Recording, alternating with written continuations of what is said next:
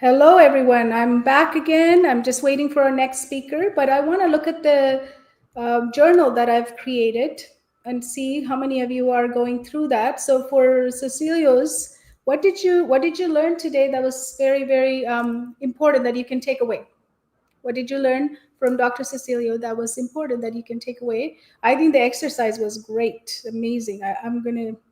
So sometimes we don't know where to find the nerve, but well, as he said, if you find it like this, it's I can feel it and amazing. And then the other exercise was Molly's exercise, also turning your eyeball to the left and the right. That's also amazing as well. So those are two exercises. And what I loved about his presentation, as I already mentioned, is sleep, mindfulness exercises, and deep breathing.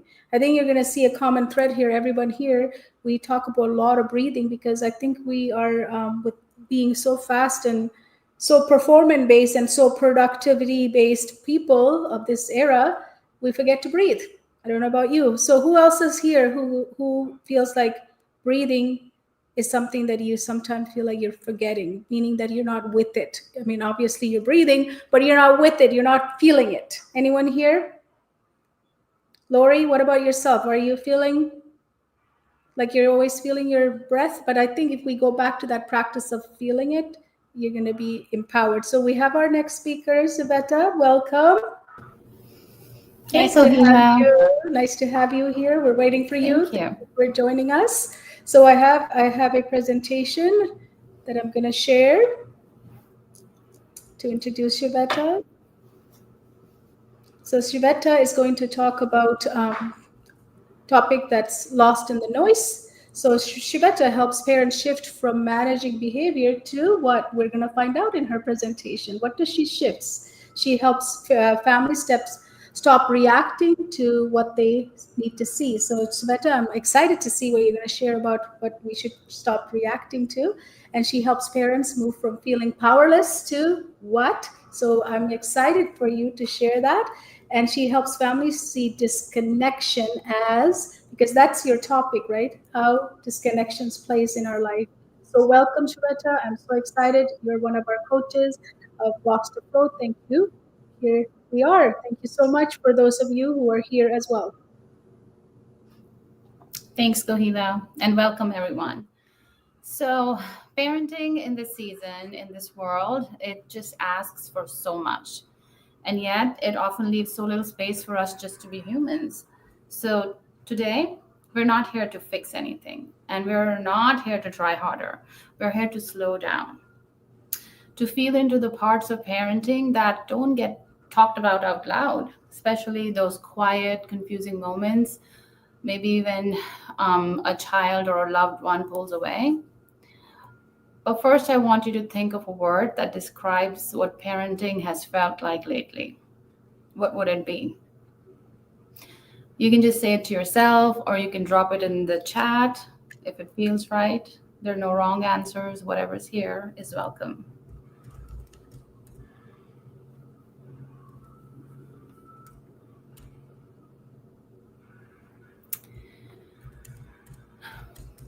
So just think So about these. roller coaster.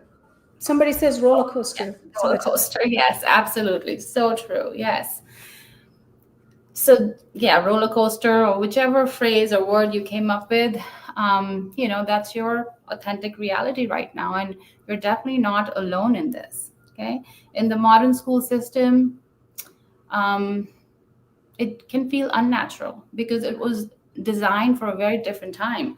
It was focused on uniforms, schedules, and mass instructions, and it often asks kids to sit still for long hours, follow rigid rules, and learn in ways that don't align with how their brains naturally develop or how they're curious about the world. So, this approach contradicts human evolution, which favors learning through exploration or social interaction and movement. So instead of honoring each child's unique pace and strength, the system tends to prioritize test scores and conformity. And this match can make school feel draining or stressful, or rather than a place where kids naturally want to explore and grow. So all of this confusion puts a lot of kids and adults out of sync. Parenting now isn't just physically exhausting, it's emotionally disorienting, especially when your child shuts down or your child checks out, right? And I'm not talking about the natural, healthy individuation or autonomy, but alienation, where that space between you and your child starts to feel bigger and bigger. That space, that gap is what we're going to explore today. Not fixing it, just understanding it, just feeling it. And I personally used to think that when a child went quiet or pulled away, it meant I was doing something wrong. And I would jump in, or, I would try to do something or say something. But what I've come to learn is that disconnection is not defiance, it's not disrespect. It's just the nervous system doing what it knows how to do, which is to survive. It really is a message, just not one we were taught how to hear. So, Shivetta, just to, is this the right slide? Because just let me know when to change. yes, yeah, this is the one I'm going into. Thank you. Perfect. Okay. So, before we go deeper, I want to invite you to take a breath with me. Take a deep breath, but the kind that lets your shoulders drop just a little bit. I just did. It's If your body is tired, if your heart is tired, you're not alone. Parenting today asks so much of us and gives us so little space to just be. So it's important to breathe, and it's important to be grounded and be in our body. So next slide, please. There have been so many moments in my life that shook me. Moments when someone I cared deeply about pulled away or went quiet, and that person sometimes gave me that I'm fine smile when I knew it wasn't real. The smile wasn't real. And I'd sit there with that sinking question: did I do something wrong? Did I say something wrong? Or did I not do something I was supposed to do? I just doubt myself, replay conversations, wonder if I'd done too much or not enough. And I know many of you must have had those moments too, just the sudden silence or the empty stares. And what I've come to understand is those moments of disconnection aren't always about us, and they're not always defiance. Sometimes they're just survival. When a child shuts down, when they withdraw, or when they go quiet, or even seem lazy or checked out, it's not a character flaw. It's not a discipline issue, and it's not even personal. It's just the nervous system saying something doesn't feel safe right now. Not necessarily unsafe in a physical way, but just emotional overwhelm. Maybe too much pressure, too many unknowns, or maybe not enough space just to be. And when that nervous system feels overwhelmed, it shifts into self protection. It's just pure evolution. Sometimes that looks like fight, sometimes that might be flight, sometimes it's freeze, just total shutdown, and sometimes it's fawn. And I had to learn a very important lesson as an adult that most of the time, children aren't trying to push us away. They're usually trying to protect something that's very tender inside of them in that moment. And if I want to meet them there, I have to move out of my own panic and into my own presence. So let's practice that. Let's practice that together. Let's practice resetting and grounding. So, right now, wherever you are, just let yourself settle into your space. Let your body arrive. Look around you and name silently 3 things you can see. Now, notice 2 things you can feel. Maybe the weight of your hands or your feet on the floor. And finally, 1 thing that you're grateful for at this moment. And that's it. These tiny practices, they bring us back to us. They help us regulate so we can meet our kids where they feel most lost. And from that place, we don't have to fix their silence. We can start to listen to it. Not as a sign of failure, but it's a signal. It's an invitation, one that says, "Come closer," but just softly and with a lot of compassion, and leave your assumptions at the door. Next slide, please. Thank you. I've always had a very deep connection with my dad, and he's a very steady and grounded person. He's the kind of person I could always count on, and I never questioned if he loved me because I could feel it. I just didn't always hear it. But emotionally, he was distant, not in a hurtful way, just quiet. And even though I felt safe with him, I often longed for more. We didn't have those heart to heart talks.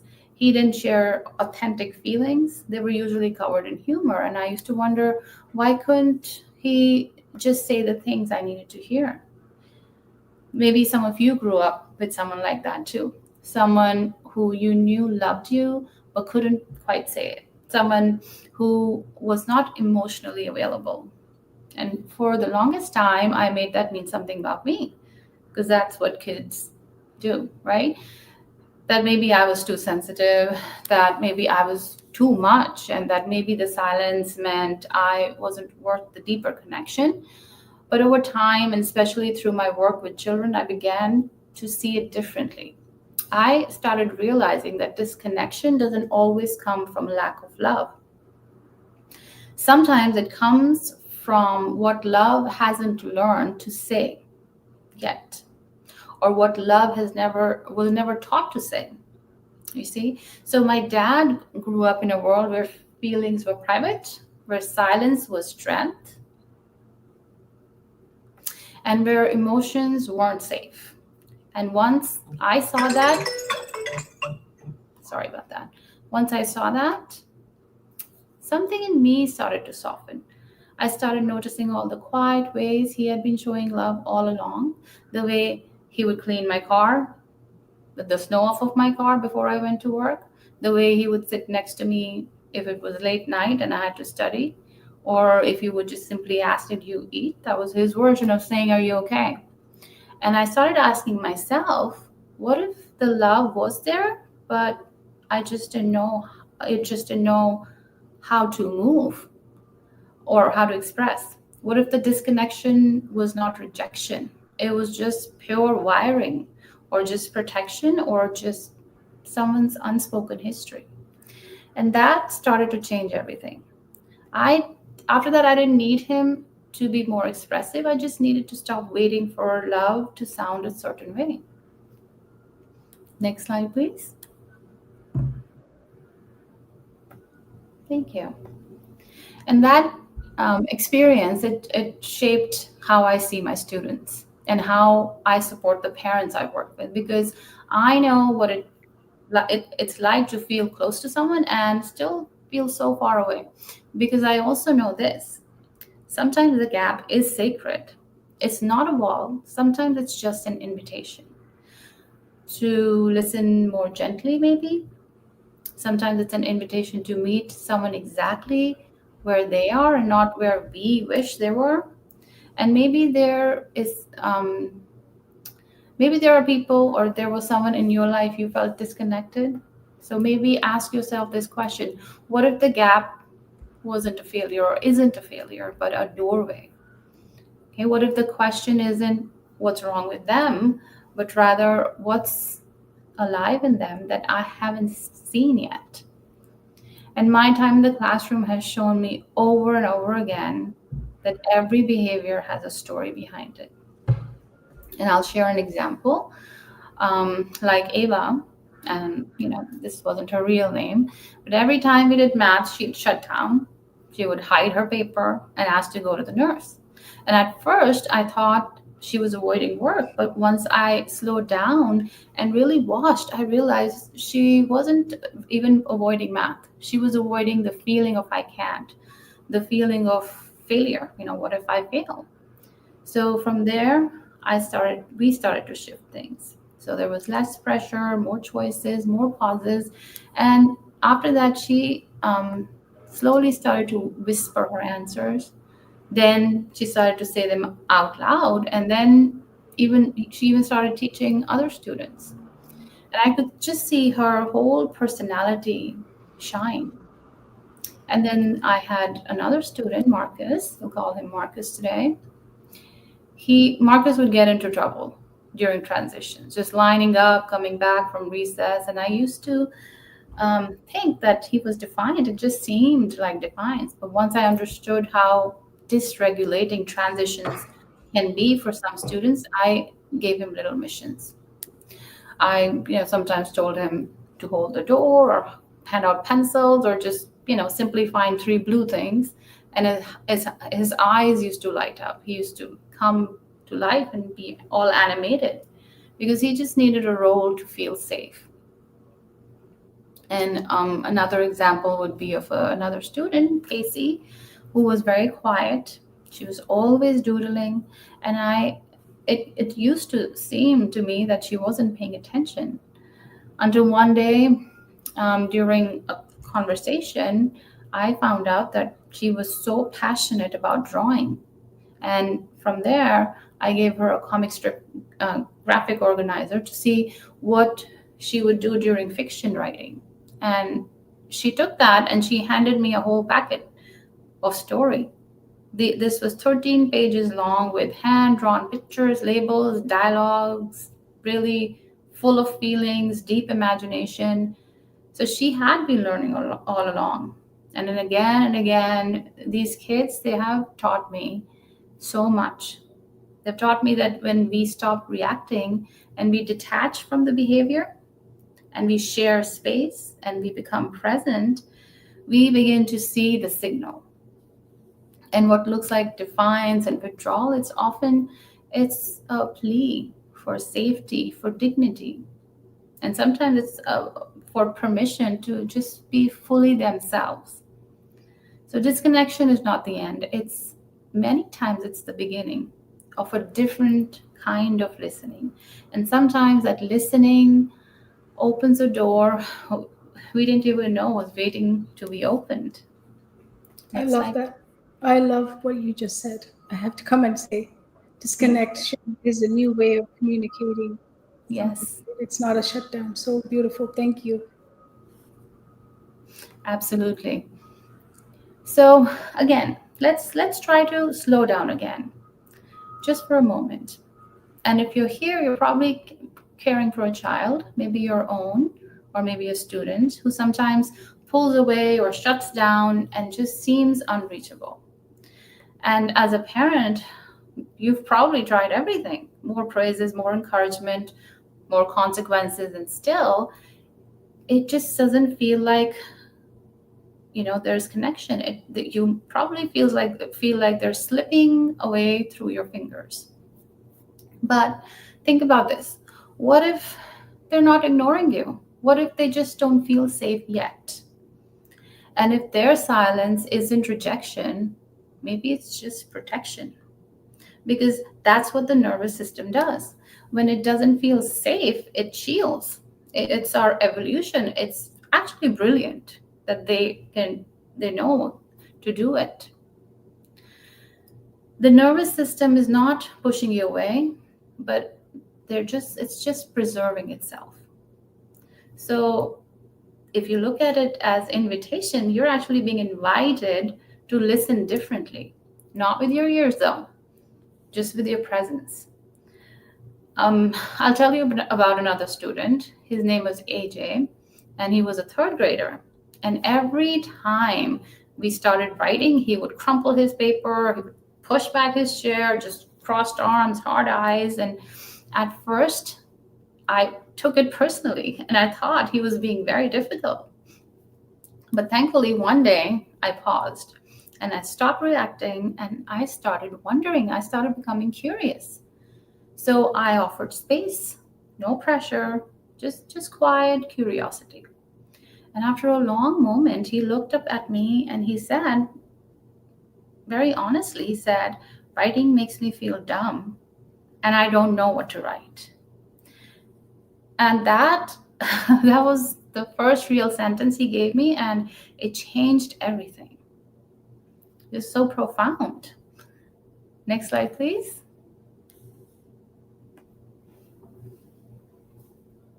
Thank you. So, so I just want to leave you with this question. What if the silence is not the absence of connection? Maybe it's the beginning of a safer one. What if that shutdown, that retreat isn't a wall, but it's a threshold? Because when we meet our children or our students right there with presence instead of pressure, we send a new message to their nervous system. We don't we tell them that you don't have to perform to be loved. You don't have to be perfect to be safe. And I'm still here. And that's what naturally parenting is, without any social conditioning or pressure or fear or anxiety that actually seems normal these days. But that's not what natural parenting is. And sometimes that is the first breath of healing. Next, please. So we have covered a lot, and maybe something you have been carrying in you for a long time has stirred. Maybe a moment when you were a child, maybe a memory from your own school years, or maybe something from your adulthood. This is where we pause.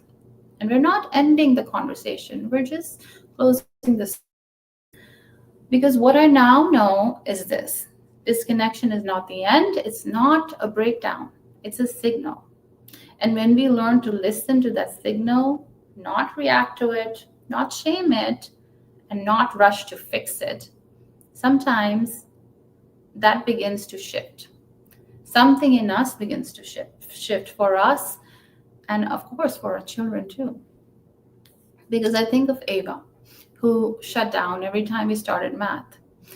A part of me feels so sad that back then I thought it was resistance. Thankfully, now I know it was just her nervous system protecting itself from shame. She just needed to feel safe enough to try and to make mistakes. She just needed someone to say it's okay to not get, your answers right away. I'm still here. And that's what closing the circle really means, just to stay present. And when the behavior tries to push you away, you're still there. Or I think of Marcus, who just couldn't line up without, tipping over a backpack or something else. And that, you know, 15 some years ago, that used to trigger me. Every single time it triggered me until I stopped.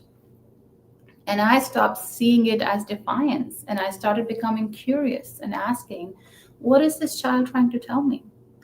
And most importantly, who truly is this child beneath what they're showing me? And when I did that, when I really got curious and I started seeing signals and not the symptoms, that's when compassion started to become the strategy. That's when the connection returned. So the deeper truth is that every time a child pulls away, we're invited to come closer, not with more noise, but with more presence. Not with what's wrong with you, but what happened with you. And maybe most importantly, what did you need when you felt this way? Because honestly, I feel like a lot of us would want that when we were kids too. Someone to just ask us, what did you need when you felt this way? And that's where the real healing begins, not in the rush to repair, but in the willingness to witness. And sometimes silence is sacred, and it's not rejection. It's not a lack of connection. It's just a quiet test. Just a question: can you still hold me even when I don't have the words? Can you hold the space without needing answers? And it's very hard. It is so hard because as adults, we are wired to fix. We want to protect, we want to fix, we want to solve, and we want to control. But children, especially those who struggle, they don't need our control. They need our calm. Go ahead, Kahila. No, keep going. Okay. Calm. They Yeah, need calm. they need our calm. They don't need our perfection, but they need our presence. So Yes. if you're feeling tired, if you're feeling overwhelmed and unsure, if you're doubting whether you're getting it right, I just want you to know this one thing, that you're not failing, but you are feeling everything. And that shows you're still showing up, you're still trying, you're still here. And you're already you're the beginning of change for your child, or maybe your students, and maybe even for yourself. Next slide, please. I think it's the last one. Oh, okay. You're there. Yep. So I want to leave you with this. Disconnection is in the end, it's the knock at the door. It's the moment before the moment. And every time we pause, every time we breathe, every time we choose to see underneath the behavior, we meet our child again. Not the one they were performing to be, but the one they really are when they feel safe. You mean the one they came here to be? The soul? Soul? Yes, Their the soul? soul, absolutely, the soul. And once you see them, they also start recognizing themselves, their soul, their purpose, right? And the more we show up with that kind of presence, and um, the more that safety grows. Okay, and that's how cycles break, right? That's how stories shift, and that's how the healing begins. So may you leave here not with more pressure, but with more permission. Just permission to listen, permission to slow down, permission to stay curious, to trust the signals, and to answer the knocks, but very gently. Okay? Love it. Don't need all the answers. You just need to stay near. And that alone is everything. I love what you said when you said compassion is a strategy. Love it. Yes, Love it it. Love it. truly is. Yes. When we come with compassion, we are also bringing our true self to our kids. And then we're giving them that space to be themselves. And you see families, you help families see disconnection not as a distance, but as an invitation to come close, gently, and see the knock. So thank you, Sweta. This is so beautifully said. And I love all your examples because it just connects us to that person that we've been working with, where we might have not connected in the way that you shared today, as Thank you, compassion and with Kahila. care strategy. So thank you so much, and we'll be right back with our next. Do we have any questions before I go? Because it's important I ask. Audience, any questions for Sweta? They've been sharing a lot, though. I don't know if you read. Oh yeah, tell us about how they find you. Sorry, your email. Oh, okay. So my email is my first name, Shiveta, Shiveta, 0616 at yahoo.com. So you can connect with me through my email. And you're giving 1 month guidance and reflection and Yes. breakthrough as a Yes. audience. Yes. Absolutely. 1 month for yes, free guidance. Thank you. Thank you. Thank you for being here. We'll be right back with the next guest.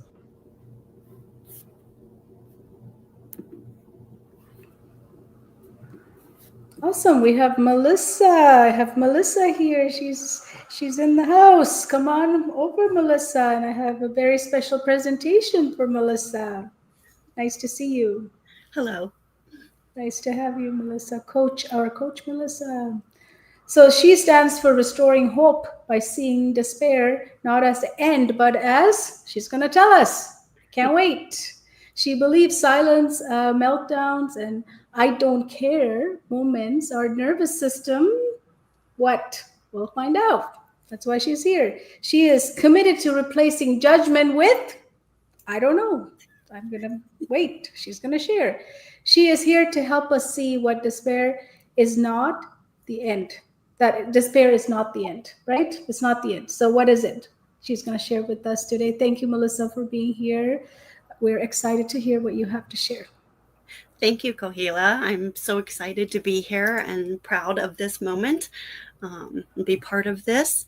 I want to thank everybody who's watching or everybody who's present, and it's absolutely my honor to speak to all of you. So, this talk is for the families who've seen the spark go out, for the kids who go quiet the kids who rage, or the kids who say, "What's the point?" This is for those moments that feel like giving up. Can you think of a child, a student, or a moment in your own life where giving up felt easier than pushing through? What did that feel like in your body? Have you ever misread a child's silent refusal or meltdown as just bad behavior? If so, you are not alone. Let's look at 3 particular areas of despair: muting, the silent cry, and meltdowns. What are they, and what do they look like? Muting. This is the disconnected retreat. And what does it look like? Refusing to talk, heads down, avoiding eye contact, giving one-word answers, physically present but emotionally absent. What does it mean underneath all of those behaviors? Could mean feeling invisible or unheard. Freeze response: if I'm quiet, maybe the pain will pass unnoticed. Protective silence due to fear of judgment, of failure, or of just being wrong. Have you ever seen this in someone you know? What was your first instinct? To fix it? To pull away? Did you ever wonder what might be underneath? The next is the silent cry, or the quiet giving up. And what does it look like?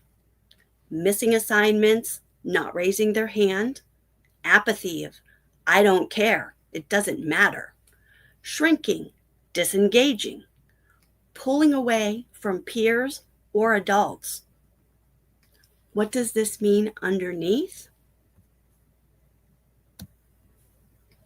Loss of belief in success or loss of belief that they have support. It's grief masked as indifference. It's learned helplessness. Why even try if nothing will change? This isn't a child who doesn't care. This is a child who's decided that caring no longer makes a difference, and that hurts to see. And last, we have the meltdown, or the explosive cry for help. And what does this look like? I'm pretty sure we've all seen an example of this, but it's yelling, throwing things, refusing to comply. It's the muttered, "I hate school," or "I'm stupid." It's the running out of the room, slamming doors. What do these things mean underneath? Overwhelm could mean shame, could mean a fear of failure. It's the fight response to the internalized belief that I can't win, so I'll explode. It's losing control, and it's the last-ditch effort to express what cannot be said. If you've ever snapped after holding too much for too long, then you know what this feels like. It's not bad behavior, it's unbearable pressure without the release valve. Sometimes hearing these things brings up grief about what we may have missed, but you are not too late. You're right on time. Okay, let's take a breath.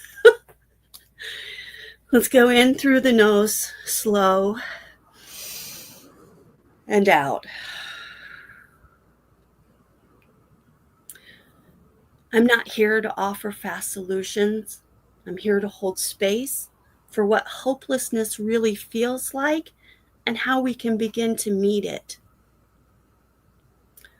So I'm going to share a story about a student, and I've worked with many students over the years, but one still echoes in my heart.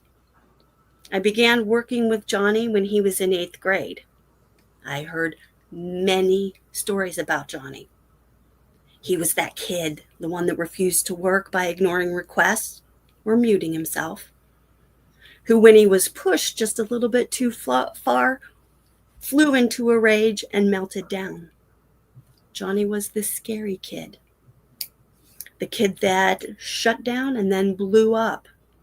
He spent much of his class time just drawing on sticky notes or in his notepad, the silent cry for help. He was checked out and he didn't care about school. Well, that was the story I was told. The teachers were wary. They didn't want to cause a meltdown. They tried to get him to work. They tried to get him to respond. They tried to push him to a point, but quickly backed off if it looked like Johnny was going to have a meltdown. Year after year, Johnny's mom heard about his refusal to work. She heard about his bouts of rage and his lashing out. At home, Johnny refused to do chores. It was a battle to get him to shower. He would cover his ears and he would ignore her. Homework was a nightly battle that led to tears, both his and hers. And in the beginning of the year, she even apologized to me for the trouble that Johnny would cause. She hoped that he wouldn't be too much trouble. Johnny had come to believe these stories as well. He identified as the kid that refused and then exploded when pushed. Yet, he wasn't being lazy. He wasn't being defiant. He wasn't being dramatic. He was drowning. And the only way he could tell us was to shut down or explode. Johnny had no knowledge of his nervous system traffic light, the system that let him know if he was safe enough to learn. Our nervous system is like an internal radar, constantly scanning. Am I safe? Am I in danger? Do I need to protect myself? Should I fight, flee, freeze, fawn? Johnny was not aware of the things that turned his nervous system from a green light and safety to yellow, proceed with caution, or pause. When things seemed like they might get tough or would be too much work, he didn't understand how to do it, or he didn't feel safe enough. He just shut down and he shut out the world. If you've ever shut down in a stressful meeting or snapped at your partner after a long day, you've been there. Children have fewer tools to name it and to navigate it. Johnny unknowingly ignored his nervous system when it was signaling him that he needed to step back, that he needed to ask for help, or that he just needed to focus on that one first step. This shutdown or apparent defiance prompted the adults to push harder. Then his nervous system traffic light would hit the red and he would melt down. To the adult, it often appeared as if the response came from nowhere. It's like a dam with invisible cracks, and pressure silently builds until the whole thing just bursts. I'd heard many things about Johnny.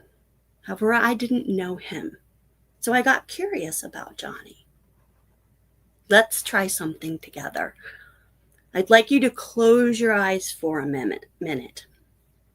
You're sitting at your desk. Teacher's asked a question.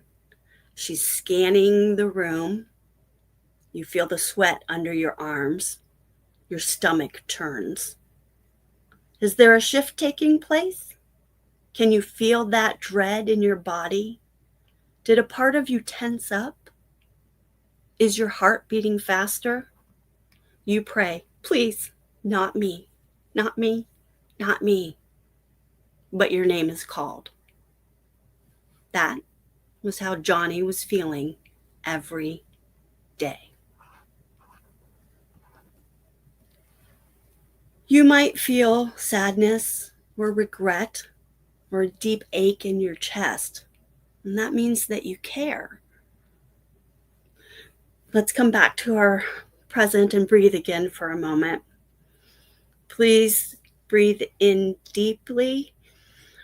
Hold 2, 3, 4, and fully release. Let's do one more. In deeply. Hold 2, 3, 4, and release. You can open your eyes now. Thank you. When we realized that Johnny's refusal was not resistance, it was resignation, we stopped pushing. We started being with him. And slowly, he came back. We began to look for the signs from his nervous system traffic light. Head down, no response, a growl, no. What I understand now is it wasn't just Johnny's behavior shutting down. It was his protective system saying, this feels too hard to hold it alone. So we backed off. We voiced that it looked or sounded or seemed like he was maybe feeling overwhelmed or worried or confused. And bit by bit, we helped him learn to scan what was happening in his body. Was his heart racing? Did his head hurt or feel full? Were his shoulders tense? Did he feel frustrated? If so, what did that feel like to him? Then we honored what he was feeling in his body, and we let him decide. Did he need a bit of space, 2 minutes to be left totally alone? Or could he try just one problem? Could he dictate just one sentence? Could he read just one word? And then we respected that choice. We thanked him for letting us know that he needed space. We celebrated when he tried that one problem or dictated the one sentence or read that one word.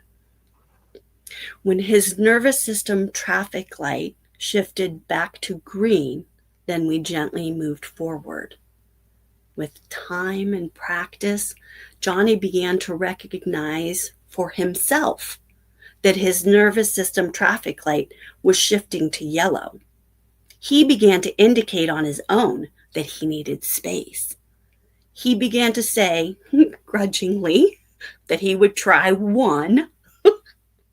He would vocalize that his head felt full or that his shoulders were beginning to get tight. He even noticed that one of his body's first signs that he was shifting from into the yellow zone was that his leg would start to bounce. That was his body whispering, this might be too much. We just weren't taught how to listen to those whispers. Can you think of a moment when your child bounced before they broke? Johnny's mom felt helpless. She felt like she had failed her son. I began to make calls home to share the small victories we were having. And at first, the calls were received with some trepidation and worry. But then she began to see, and she began to try some of the things we were using at school at home, and small shifts began to happen there as well.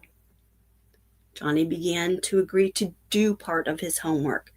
He began to let her know when his traffic system light was shifting to yellow. She was able to begin to co-regulate both their emotional and relational systems. And then the day came that she called me crying, and I felt my insides drop. Johnny had to write a story for his ELA class.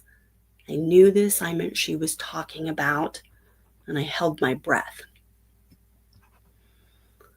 When she asked Johnny if he needed help, he said, "No, I want to try it on my own first, okay?" And then he wrote a 3-paragraph story on his own. Johnny's mom was not failing. You are not failing. You are witnessing the collapse, and your presence might be the thing that pulls your child back toward hope. What would change if we stopped seeing shut down as disobedience and started seeing it as a cry for safety? What if despair isn't a dead end, but an invitation to slowly return together? What if your child isn't resisting you, they're protecting what's most tender? Hand on your chest. Can you feel what part of you once needed someone to see you this way? Johnny was not being defiant. He was not being lazy. He was not just an out of control or scary kid. He did not understand how to interpret the signals that his body, his nervous system was sending him. He was not in a state to learn, to take risks, to even try. What I know now is this: despair doesn't need to be solved. It needs to be seen and held. And in that space, hope remembers how to return. So the next time that a child melts down, goes quiet, or disappears into apathy, may we remember it's not a problem, that's a plea. And presence is still the most powerful answer. Just like a lighthouse beams in the fog, our calm presence helps kids find their way back to shore, not with a lecture, but with light. Thank you. Thank you, Melissa. That was so beautiful. Those last few sentences were so powerful. I got lost into my own head. I started thinking. But we do have a question from Lori. Are the tools you're suggesting good for adults too? Absolutely. Yes. They The work same for here. anyone. Services. Recognizing the signals.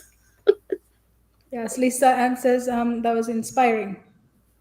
Thank you. I do have a offer Yes. today that I wanted Tell to us. share. Yes, please. If any of you have wondered what your child's behavior is really saying, be one of the first 3 people to email me at wingardswingsllc@gmail.com for a free 1-to-1 silent signals session. Yes, absolutely. And all of our speakers are going to be on our special edition of Parenting, Learning, and Living magazine. So they all have QR codes in that magazine as well. So you can reach out to them and get all of these amazing gifts they are giving away as well. So Melissa, thank you for sharing. You just ended so powerfully. I don't have anything to ask you, but I'm asking the audience if they have any questions. Everybody's clapping for you. Look, Aw, everybody's loved it, thank because you. this is it, right? Because we shut down too when we see these behaviors that you just mentioned. We think we're doing something, and then we shame ourselves as parents and caretakers or educators, and then we can't connect. Two systems who are not in sync cannot work together. Okay. Correct. So we need to come back together, come home together. to each other. So thank you so much. And we're going to put Melissa's all her contact information as well. So what we're going to do now, Melissa, thank you for being here today. It was amazing. Thank you. Awesome. And then what I'm going to do now is to take a 5-minute break, and we'll be coming back to this link. So don't go. We'll be coming back with more speakers. We have 3 other speakers coming up, and we have a live panel at the end of the day. So all the speakers will come back, and we're going to have some discussion. Thank you so much. We'll be right back.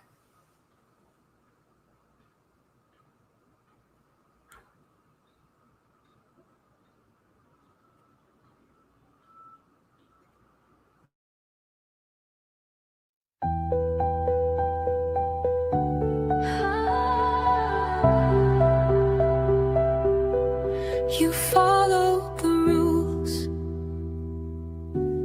tried to play the part, smiled on the outside, but it tore you apart.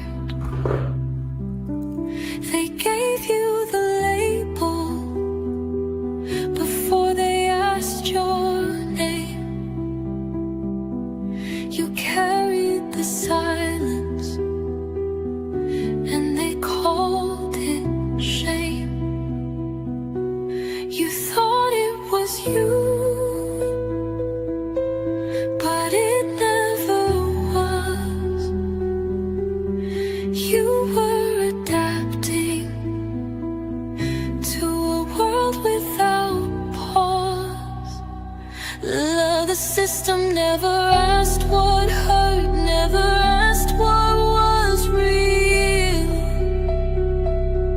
only taught you to behave and to bury what you feel. But now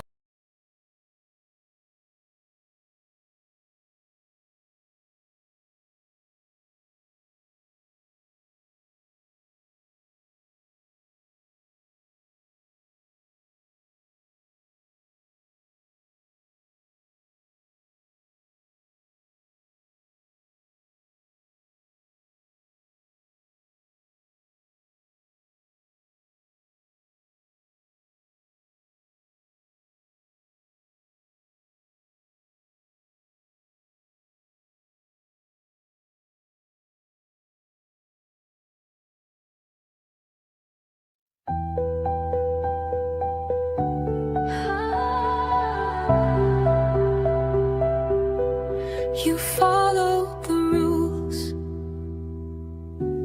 tried to play the part, smiled on the outside, but it tore you apart.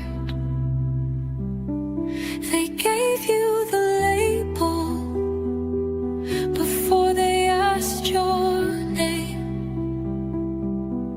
You carried the silence, and they called it shame. You thought it was you, but it never was. You were adapting to a world without pause. The system never asked what hurt, never asked what was real, only taught you to behave and to bury what you feel.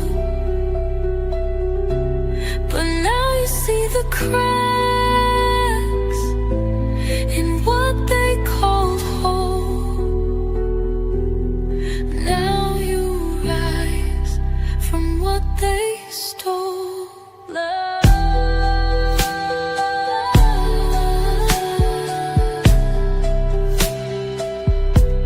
They gave you the script before you could speak.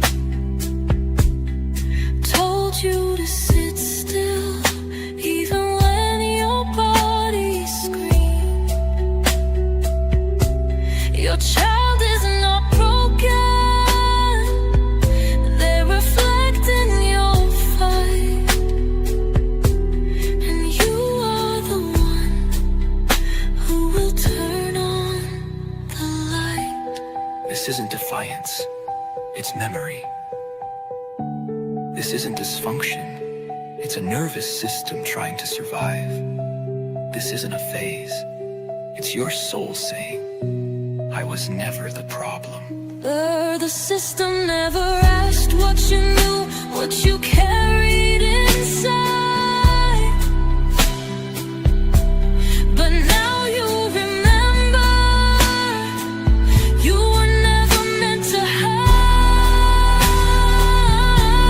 This is your voice, this is your truth, this is your return to the root. You were always there, beneath the silence, beneath the stare. Not a fault, not a flaw, just a child who saw too much too soon in a world gone wrong. But now I see you, now I breathe you, and I'm ready to come back home.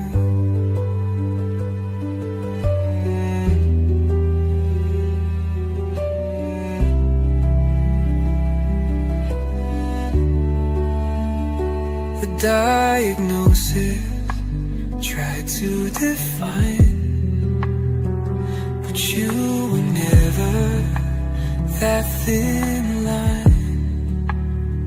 You were the dance, the song, the ache, that nothing scripted could ever fake. You are not a file. You are not a failure. You are not a problem to fix. You are a memory worth returning to, a rhythm worth rebuilding,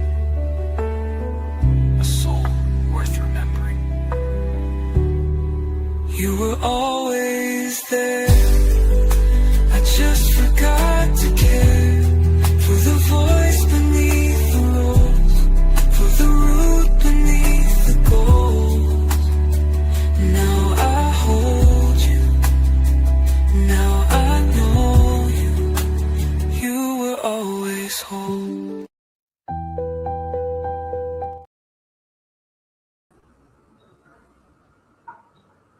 Amazing. Welcome back.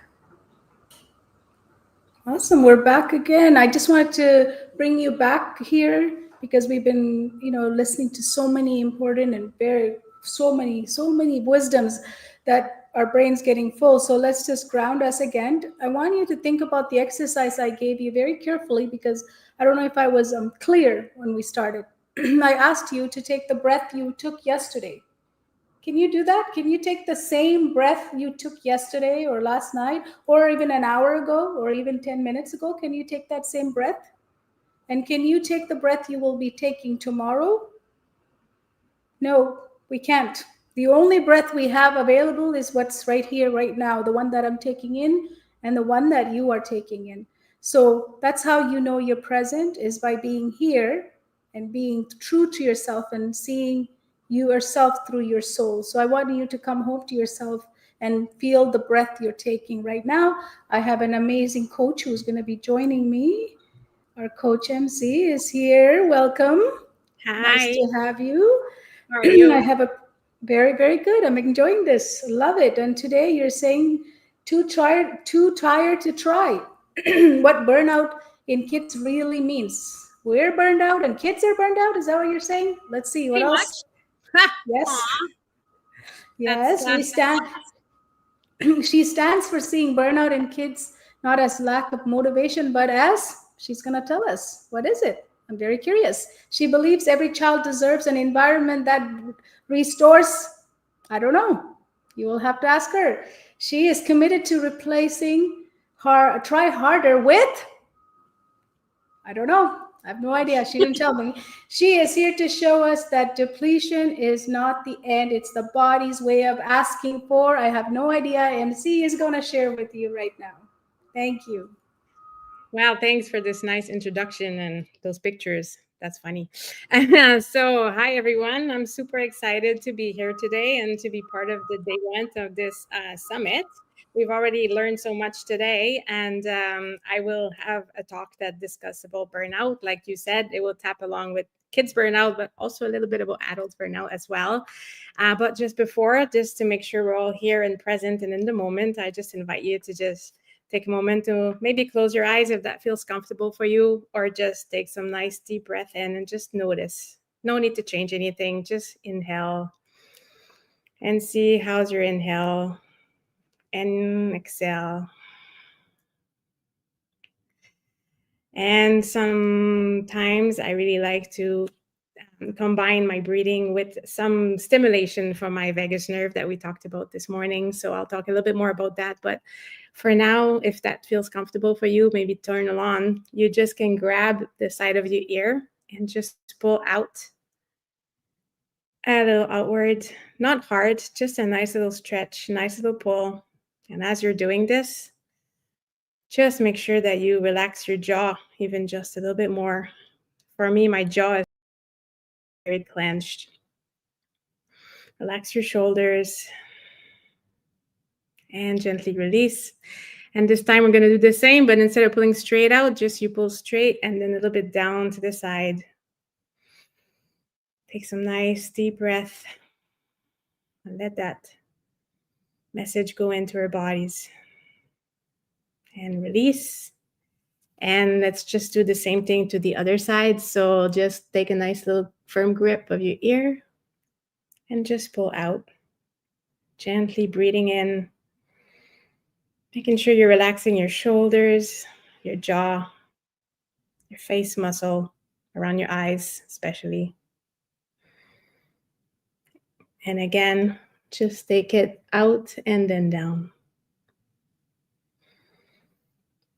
Just nicely breathing one more time.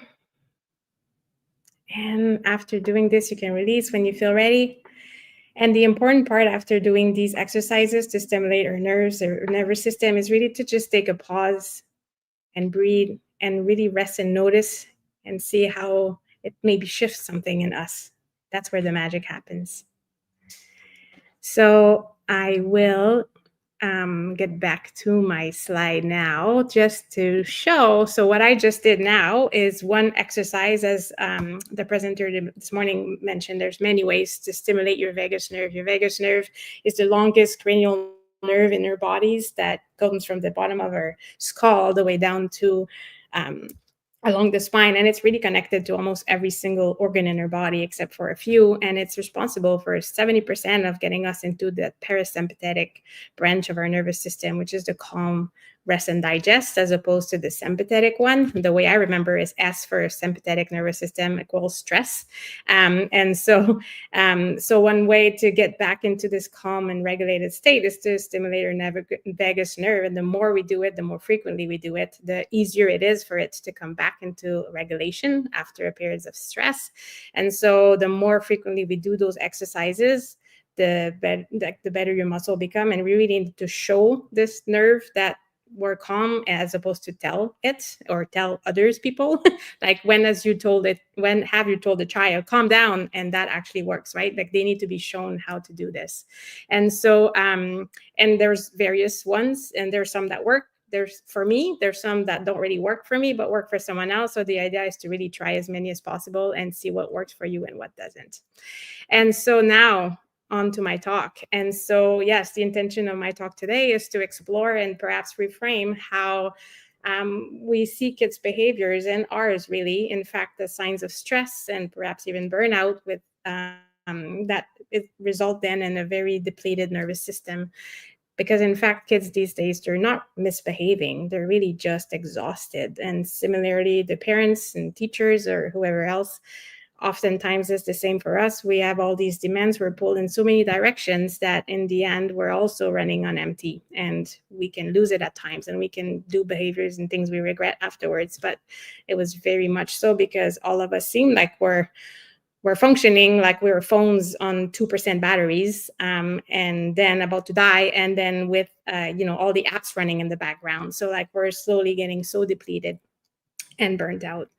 And so I really would want for us to try to see how we can pause, reframe, and really wonder, like, there is no need to push to fix, but really just the time to reflect and be present and just be curious. And so how will I do this? I'll start by sharing a little bit about my journey, because like many others out there, I've been burned out more than once, actually, when I look at it now. And so I'll talk a little bit about that, and then I'll make a difference between stress and burnout and how that looks different in kids and in adults.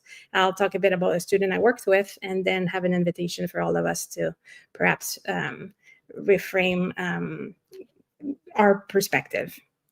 And so here is me back in my early 30s. I was a giant beluga whale as I was about to pop my first child and enter motherhood and all its surprises. I was very confident, though, at that point. I'd been a teacher for many years. I had a lot of knowledge of child psychology. I'd even been a full-time nanny for 3 boys for a very long time in my early 20s. So I felt quite equipped to enter this journey. And then the birth happened. A crazy birth, very long labor, end up in the hospital with surgery, hemorrhage, all the things. So that was quite a way to start. And now that I reflect back at it, it was a good intro into what my next years of my life was going to be. But, I got out of it. I was recovered pretty quickly, got back on my feet. My son was great and healthy. That's all that mattered. The first 3 months were great. Sleeping was okay. I was able to breastfeed my child, no problem, enjoyed a lot of times with my new mommy friends. And so everything just started to go a little bit more downhill around the 3-month mark, around that Christmas there. That's when suddenly he became very fussy. He became very frustrated. I could not suit this baby. Like, there was just something not happening. He was waking up a lot. That now we used to sleep, and now we didn't anymore, and we will not sleep for a long time after that. And then at the 6-month mark, when it's time to start, introducing solids, that was a battle from day one. And so I vividly remember the 1-year birthday party being more like, wow, this is really a birthday for me. Like, I survived this one first year, not for the child. I remember thinking that when I prepared the cakes and, we had the party. And then we continued a few years that way. And, as much as I could see that my son was very smart, he was, reaching all his milestone, no problem. He was doing things that other babies weren't. Yet there was just something a little bit more. It was just more frustration, more meltdowns for the very tiny thing, and meltdowns that would just last for so long. There was just more hitting, more aggressive behaviors, the sleep battles, the eating issues just never resolved. And then came my second son. And there at that time, I remember thinking, what were we thinking, bringing another child into this? And then I think my son was also thinking the same thing. He was not a big fan of his baby brother, and it just made everything kind of worse, not gonna lie. At that time, that's when I really started to hit me. I was not wanting to go out anymore. I was, as much as going out with my friends, mommy friends, and doing things with them was a way for me to connect and get my social connection I needed at the time. Now it was becoming more of a stress than anything else, because I was feeling like a bad mom, because I could see how they were able to be composed. Yet they were all exhausted like we are, but they were still calm and joyful about the whole experience and how they reacted to their own kids. And then I wasn't able to do that, and it seemed much easier for them. And every time I'd go out, I'd come back with kids crying and meltdowns. And so I started to isolate myself a lot more. By the 3rd birthday over here is when we thought something is not quite happening here. We need to get help, and went to a few doctors that actually made me feel like I was the problem, made me feel like there was something wrong with my parenting and I needed parenting advice. And eventually ended up in a psychologist's office that, diagnosed my son with autism. And that news was, received with very mixed feeling, and it was quite hard. It was, relieving in a way, because I'd validated my struggles and the fact that, things was a little bit extra indeed. I wasn't imagining it, but then also met with a lot of grief of how the life I've imagined now maybe needed to be shifted a little, actually a lot. And then a few years later, then my second son was also diagnosed with autism. So here I was, kind of like at the end of every day. I'm joking here. I wasn't actually drinking every day, but that's just kind of what we felt at the end of every day. It was like running from a very depleted system. I was my nervous system was just completely in the fight or flight zone at all times. Really, my protective system was needing to be constantly like fired because the safety of my second son and of other kids around my first one was just it needed to be there to protect everyone else, because otherwise it would be a pretty big problem. Then my energy levels were just the lack of sleep. I can only just remember how bad it was. And then I was by myself in the way that my family is all in Quebec. And then my partner at the time was working long hours to provide for us, which I'm super appreciative of. But anything related to kids and behaviors like therapies and scheduling and the reading, what therapy do we choose, all the things that was just all fell on me. Plus I was still working, I was still teaching. So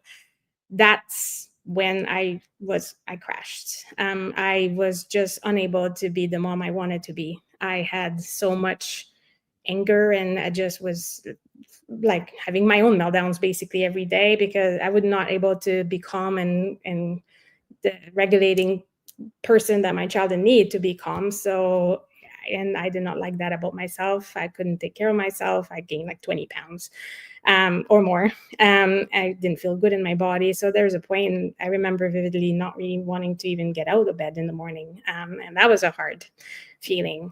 And so when I think about it now, I do know that this was my body running on a depleted battery for a very long time, because the stress was just constant and was just never stopping. And that was me being in a complete full-blown burnout at the time. And that's the difference between just short stress and acute stress that gives triggers a response in your body, in your fight or flight. And good stress is necessary, and it's good for us. It gives us maybe the little burst of energy we need to complete a challenge, and it's okay. And if it's short term, and if we then get to the adequate rest after. The problem becomes if you keep going and going with that stress that just never stops and never gets the break and the rest it needs. And so at that point, the physical symptoms that you experience are also combined with emotional impact. And so the difference is almost like under stress, it's like you're working or running under a battery that is half full, but it still can function. But when you get to be the burnout battery, that's like your body doesn't even turn on anymore. You need to charge it. You need to plug it. And so at that point, burnout can really look like a lack of motivation to do anything, the activities that you once loved, tiredness, mental exhaustion, irritability, perhaps even just isolation, don't really want to see anyone, be with anyone, hopelessness, this negative view of life. And that's definitely where I was at. And then now that I see this, I want to ask you a question before you yeah. go there, because it was important. You differentiated two things that people don't like, that one, stress and burnout. Yeah. Tell me exactly, how do I know which am I experiencing? Like, how would I know? I have a question. I can't stop Yes, it. no worries. I think like so stress, definitely we all have it, right? It doesn't mean we're all burned out. So stress is like it's all the demands that are placed on you, and you're dealing with it as you go, and it impacts your body, and it has physical symptoms in your body. Like it's your body being put in the fight or flight because you need to deal with the situation, and it's a protective mechanism. The difference is that you can recover from that, and then you can go back into your parasympathetic state as opposed to your fight or flight state. And you're going back, you get the rest you need, because our bodies are not made to be in the stress mode at all times. And so you're getting an exam, for instance, at school. While it's normal to feel a little bit of anxiety, to feel like little butterflies in your stomach, to feel like suddenly you're afraid that you're going to forget everything, that's just short term, right? And you've Yes. prepared for that. the opposite is that when you don't get to have that break from the relief, okay, the exam is gone now, I can now chill and relax and go back into my relaxed state. That's when burnout occurs. And then now burnout is then more than just the physical symptom. It'll stop your digestion system. It will make your, you will stop, some parts of your body are just not going to function anymore properly because they're not needed in this survival state. But they'll go back after. Whereas in burnout, you don't get that pause. And so your body is working overtime to try to fight something that is in the background at all times. And so that's when it then taps into even your emotional as well. And that's when you get the lack of motivation, you're tired, you can't do this anymore. You're like depleted. That's when, yeah. Thank you. I just, my why brain started asking. Go ahead, keep going. So that's a big important difference I thought I'd put in there, because it's not because you're stressed that you're burnout. And I think sometimes I think behaviors for kids, sometimes it's burnout, sometimes it's only just stress behaviors. Like before I get to a burnout behavior, stress behaviors are also there too. Like I remember reading and doing things with Stuart Schenker that was called, basically there's no misbehavior, it's all stress behaviors. And I think when it goes on for a very long time, now we're actually talking about burnout even in kids. But I think that differentiation was important. Thank you. So I don't know if anyone can relate to my story and burnout, but anyone out there feeling burnout. But if you do, then perhaps, take a moment to just take that in, because it's okay. And it means that there's nothing wrong with you. You're not a bad person, a bad mom, a bad wife, a bad employee. It's just your body was crying for help, and it was hard to hear it. And now, even as adults, there's a lot more conversation about burnout. It's more widely accepted, and we discuss about it. But there's still this shame and this taboo to express that you are in burnout, indeed, whether it's because of work, whether it's because of your relationship, or maybe you gotta be a caregiver for someone full time, or parenting, we just talked about, even more so, but that maybe parenting or a child with some different needs. But we have the language, we have the words to express that, whereas kids, they don't have these words. It's pretty impossible for them, for most of them, to be able to say, I am depleted and my body is asking for help. Like, they won't say that. The way they communicate is through their behaviors, because that's all they know. And so I'd like to just really make sure that we just take a moment and really think about everything that we see in the kids these days. Maybe you've talked with teachers, you've heard the news, you've read books, like depression out there for kids, even at such a younger and younger age. The kids that look like they're not motivated to do anything, they're irritable, they're isolated in their room, they spend hours scrolling, playing video games, not connecting with people the way kids used to. But if we think that perhaps these are all signs of burnout, as opposed to being a misbehavior, and being a behavior we label as being lazy, or being unmotivated, or being disrespectful because they don't come out of the room. And I also think, for me, it's very important to remember that there are kids who really show that, they show behaviors, and there are other kids who look like they're doing very well on the outside. They appear to be coping so much, yet they're dealing with everything inside. And that was me when I think back now at my youth and my teenage years. That was totally me, and I'm not too sure if anyone else can relate and look back at their teenage years now, but I certainly was this kind of type A student that performed well and did all the things and looked like on the outside I had it all figured out at 16 years old. Yet on the inside, I was secretly battling with an eating disorder that was quite intense. Kind of socially, I had friends, but I just felt like I had a hard time fitting in as much as maybe other people, or also the the pressures of comparing myself with others. And then by the time I was 18, so many events just all happened at the same time. It just made my bucket overflow. And at that point is when I took a deep dive into a path that was not what I expected for my life. And I engaged in risky behaviors, unhealthy choices, things that I'm super grateful they didn't end up what they could have been, and I'm still here. But really, it just put everything in perspective for me, right? And I think about this right now, because in the end, I was feeling a lot of shame, a lot of guilt. I blame myself a lot for this time of my life where I didn't seem to find my path into adulthood the same way that people around me did at the same time. It took me quite a bit longer.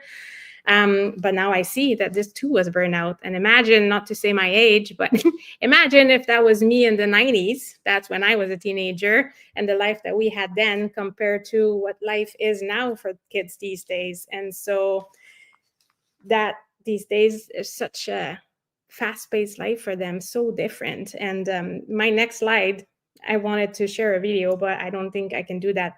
But it was a teenager actually modeling, doing an illustration that I thought was very powerful. And I'd like to do the same, but I'll just do it myself instead of using the video. But she had a bucket of water like this with, already like some stressors that are already there. And then if you want to write in the chat some different expectations, demands, stressors that teenagers, kids, anyone these days could feel, and then keep adding to this bucket. So go, if you want to put in the chat any things. I can already think of one, like learning. Not everyone is able to learn as fast and easily as possible. There's some kids with some learning disabilities, diagnosed or not. The brains are wired differently. I'm not seeing anything, but if like expectations from our parents, from ourselves, being perfectionists, maybe perhaps you need to make sure that you get good grades. Yes, that's what I was just going to say. Get good grades to access the school that you want, where your parents maybe want you to apply. Peer pressure, you can't get away from it anymore because it's online and it's offline. Eclectic, your deadlines, yes, anxiety. Making sure you all of the things. And then maybe you're having a sick family member and that adds some stress. Maybe you need to volunteer and then it just overflows. And that's when you reach burnout. That's when kids reach burnout the same way we do, because their system is running 24/7. They're nervous. I'm just going to move that before I spill my water on the computer, because that would be a great disaster. Well, that would be good. That would show the more effect for overflow. Exactly. that would be an intense acute stress as opposed to a burnout.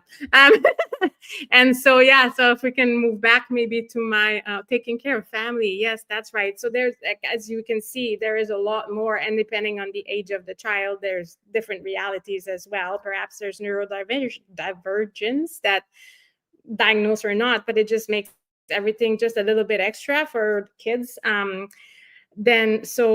I think this is very important to see it that way for them too. And so I invite you to perhaps put this softer, kinder pink roses lens on, and which then gives you the power to be able to see the behaviors that we see on top of the iceberg, whether it's the disconnection, the isolation, maybe it's the irritable, the angriness, the easily frustrated. Maybe it's the what looks and appear like a lack of motivation, like the lack of curiosity, which then also looks like laziness or passivity.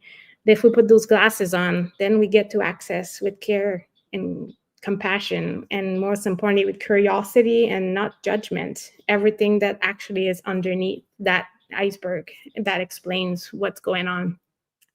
And so perhaps at that moment, maybe we can just take a moment to just see and think of a time where we saw a child and the behavior they were displaying, and just take a moment to become aware of what that could really have meant, and perhaps how we reacted, without judgment though, because we were not aware. We did not really realize that, and now we do. That's okay. Just take some nice deep breath. Have compassion for this person. Maybe it's yourself, or maybe have compassion for yourself as well, that you did not react the way maybe you think you could have now. And so moving on, I would like to explain just quickly how I was able to use those lenses and as was working with Alex. So full disclosure, this is actually not Alex, because for privacy reasons, and that's also not Alex's name, also for privacy reason, but is a grade 2 little boy that I worked with as a learning resource teacher at school. And when I first met him, he already was struggling a lot academically and had been since the very beginning of his schooling in kindergarten.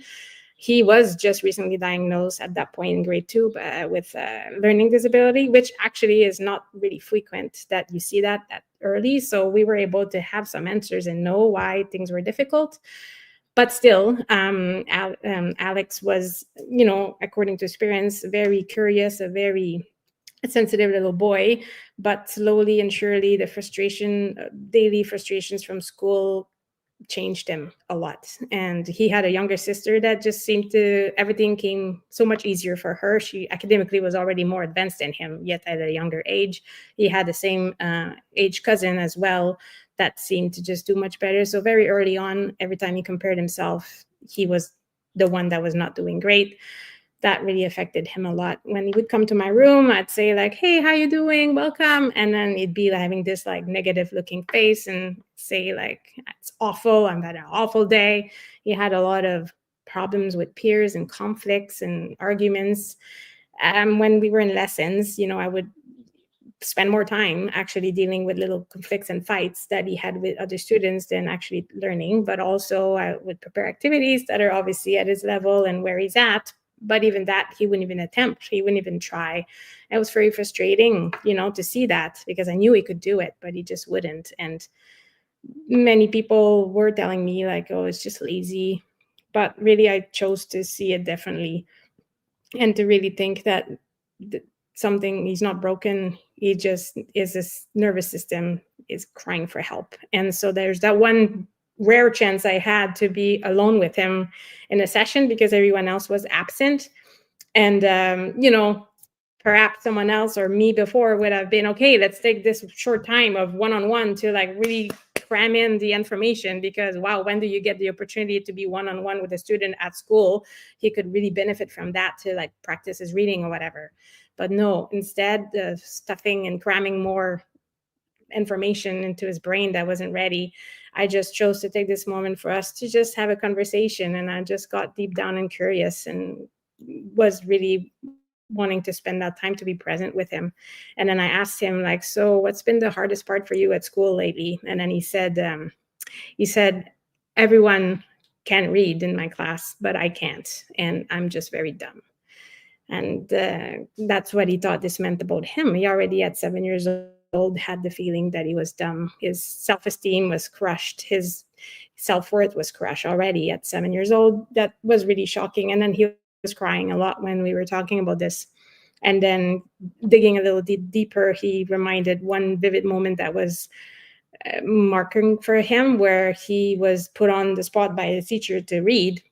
And he tried his very best because he really wanted to please his teacher, but he did make a lot of mistakes while he was reading. And then, of course, some kids around made comments, and that's the moment he kind of decided, that's it. Like, I give up. I don't belong here.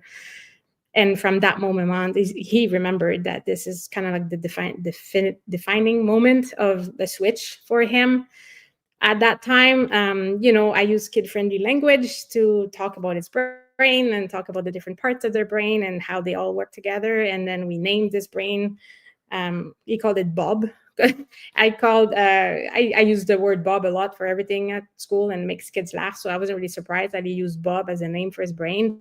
But then I explained to him how this talk that Bob does come along and where it comes from and how we can just listen and pay attention and talk back to it. And so I modeled to him how he's, able to actually decide what he wants to listen from Bob or not, because Bob can sometimes say things that are not true and not kind to him. And he has the power to not listen to it and change it or see it differently. So we reframed things, like we reframed this struggle in a way for him to actually build resiliency that other kids that learn everything so easily don't have. And resiliency he'll build will definitely help him down the road. We learned to, think about that moment where kids laughed at him. I modeled to him how everyone has their brain that's telling them things, but you cannot control what people tell you, but you can control how you look at that. And so even at that young age, he was definitely, you could see his eyes illuminating. You could see that he was able to take a lot of that in. And from that moment on, luckily, he had a very, very, very good teacher that was, on the same page in terms of how you can relate to kids that are in that place. and he had her for 2 years, and that from that moment on she continued this work in her class, and it really helped him to become alive again and to smile again and to be excited to come to school again, and he started to learn so much more, and he was able to read after a while and definitely improved. So that was one story that really helps us to show that, when kids are struggling, their behaviors are not what we want, when perhaps, they look like they're not motivated. Maybe we just need to remember that rest and safety and compassion, they aren't extra. They're essential. We need this. We need this for us, and we need this for our kids. And the best thing we can do for them sometimes is not to push more, not to schedule another the tutoring lesson because they're having a hard time. It's maybe just to be present with them and just to listen and see where they're at. And so now, if you're like me, perhaps you're looking back at everything that you've done with your own kids or your students, and it's easy to judge yourself and to be hard on yourself for what we've done. But just remember that it's not about being a perfect parent or a perfect teacher or a perfect whatever you are. It's really just about being present with compassion and care. And I've put a little reminder, not a reminder, but a visual of putting something on our phone, because I think sometimes we forget, right? And so if we were to put a reminder on our phone to just breathe, or just, take a moment to put your hands on your heart and have some compassion for everything that we're dealing with and all the stressors in your life. And remember my story, remember Alex's story. This could be ways for us to help, reframe and see things differently for ourselves and our students. I love that to go on everybody's phone. I would Yes. love that. Rest, safety, and compassion aren't extras. Yes. I love that. Yes. And, sometimes we don't take time to stop and think about, we're just go, go, go, go, go. And it's it's too much. It's too much to wait. We don't have, but that actually will help us to be better in the future. So it's really important. Really, really important. And so I know this was not necessarily about giving solutions, because it's more about an awareness. So what I would like is, if people want, I have a handout that I created that do have some ideas of what you can do and how you can be present and with your child, or with anyone, or with yourself even, because yourself needs to come first. You can't be present and able to be there for someone else if you don't have that for your own self. So I have a handout that I'm wanting to share with you. I feel like this is maybe where my thing's supposed to show up with my email address, but if you send me an email to my Brain It On, there we go, Brain It On Success Coaching at gmail.com, I will send you my full handout, which also has already made scripts, ideas of how you can speak to your child or to a child. Or to yourself. And because sometimes that's also difficult. You're if you've not done this before, if you're not used to this, what do I say? What do I do? And then my hope is that not my hope, but what I will do is everyone that emails me, I'll send that to them. And by the end of the week, I'll have a draw for a 5-day nervous system decoding experience with one family. Amazing. Thank you. There's so much to take in. I'm still thinking about some of the stuffs you've said, but the profound one was the phrase you just said: rest, safety, and compassion aren't extras. That's sticking. That I'm putting it in I'm tattooing that to remember, Yes. and all parents should, right? Because we forget to rest. We forget that the nervous system is speaking is for safety, and compassion and care is always important, right? Thank you for your gift. Thank you for your gift. Someone saying thank you, wonderful gift. But I also touch on some of the things that you shared. There's a journal that goes with this. So MC's information, all the speakers' informations are on there as well. But earlier, when you came in, I said that you were going to share about burnout. So you stand for seeing burnout in kids not as lack of motivation, but as a signal that the nervous system is running on empty. Yes. Yes. You believe every child deserves an environment that restores energy and safety before asking for performance. So that's what we stand for as coaches, right? We're asking them to perform, but they're not ready to perform. So the readiness comes first. So thank you for sharing that. Yes. No. And thank you for listening in to my talk. I'm Any excited. questions for MC in the audience? Any questions?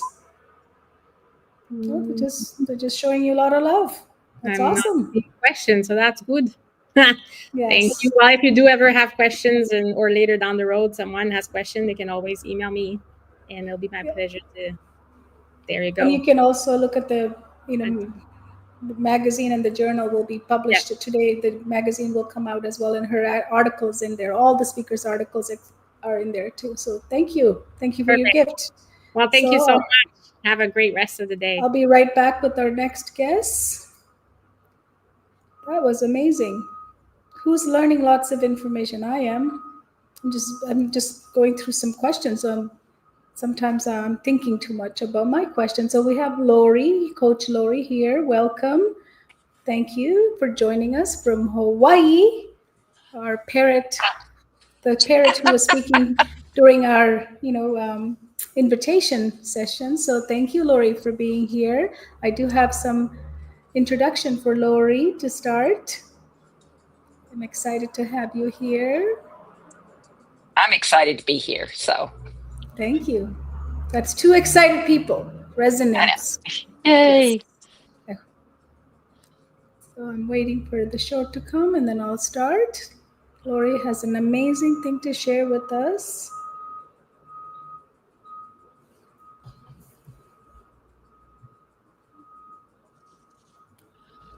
Awesome. So Lori stands for helping children move from feeling powerless about the future to what? I don't know. She didn't share with me yet. She's going to right now, pretty soon. She believes dread isn't a mindset flaw, but what is it? We'll find out. She is committed to replacing fear with grounded presence so we can have what? Let's listen in. She is here to show us that when the future feels unsafe, the most powerful thing we can do is that's exactly what she's going to share with us. Thank you, Lori. Welcome. Thank you for that great introduction. Those pictures, everything was just so on point. And so, one of the things that I'm talking about, or the thing that I'm talking about, is dread and how the future does feel unsafe, not only for adults, but it feels unsafe for children because children a lot of times just pick up on that dread that you're feeling, the anger, the unrest, the whatever that you're feeling. But one of the things that I wanted to do before that we started is that that the future doesn't feel very exciting for kids. It doesn't feel like, oh, I can't wait until I'm a grown up, because a lot of children anymore don't want to grow up. They want to just stay with their parents or their auntie or their uncle for a really long time because they don't feel safe.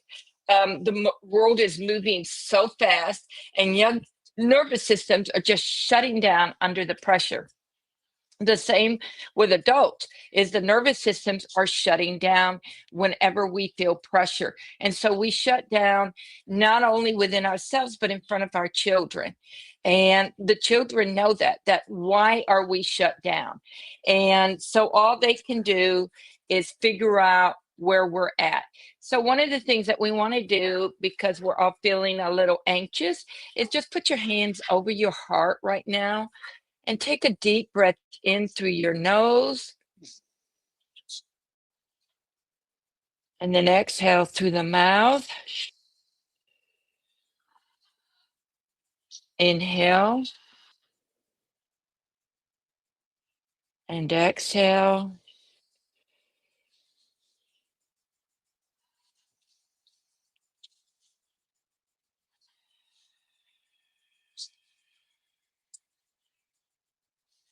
So one of the things that we can do when we're feeling dread is, and sometimes we mistake that for anxiety. So when we're doing that, it just put your hands and ground yourself in your heart and ground yourself to, to breathing and putting it in your heart so that the overwhelm can stop and grounding yourself. Does it go away completely? No, but it grounds you. And that's what we're looking for, is that grounding. So, have you ever experienced dread? It's not worry, it's not necessarily anxiety, but we tend to take it as that. We tend to take it that it's worry, it's anxiety, um, and that we're really looking for something that will calm us down. But we don't even know a lot of times why we're feeling this. Have you ever ridden in a car and all of a sudden you just feel dread?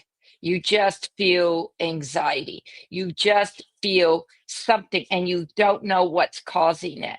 And it could be something you noticed on the side of the road, could be something you heard on the radio, could be anything. But sometimes even something that we saw that morning can be that dread in our brain.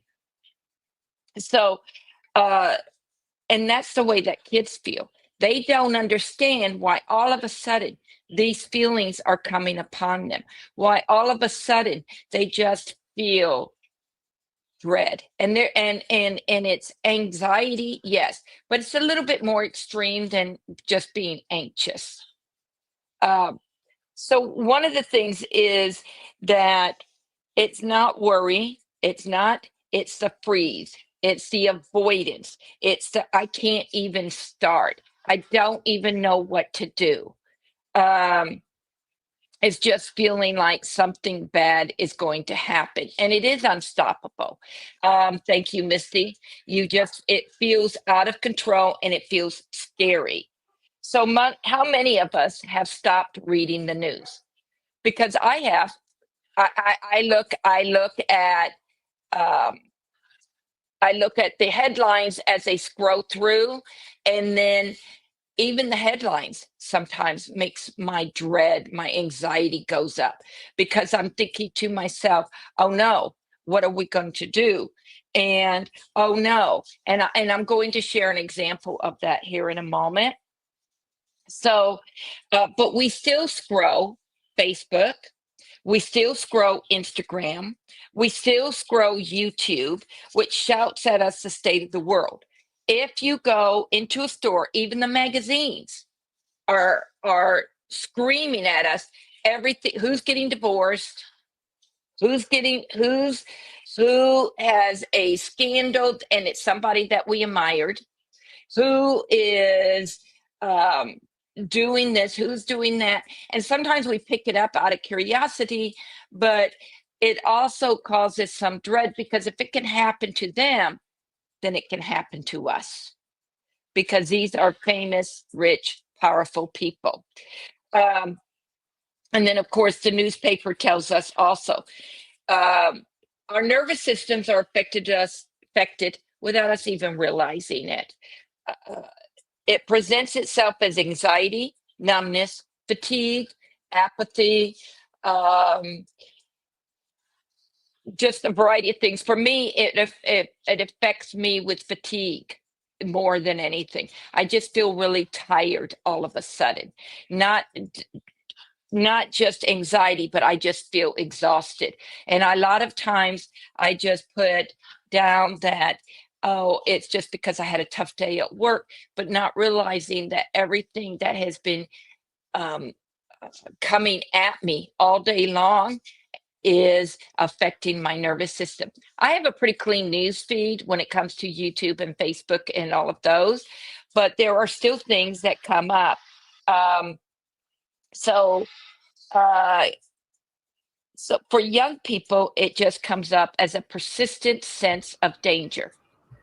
They don't feel danger from you. They don't feel particularly danger at school, but sometimes school is a scary place anymore. Look at how many shootings are everywhere. And even if we don't talk to our kids about it or we don't bring it up, it still happens. And I would tell you to look at your school and think to yourself, how many acts of bullying are taking place? How many acts of where people just turn their head. And this isn't about bullying. It's reinforcing in a child's mind that the world isn't safe, not even school. So mostly it is a nervous system response protecting ourselves that comes up with apathy, dread, and things. So I've got a few slides here, and I'll just kind of go over them really briefly. This first slide here is a game. It's called Sprunky. And for parents, I just want you to realize, and this is just an example, and it's because I had a child that was really into this game.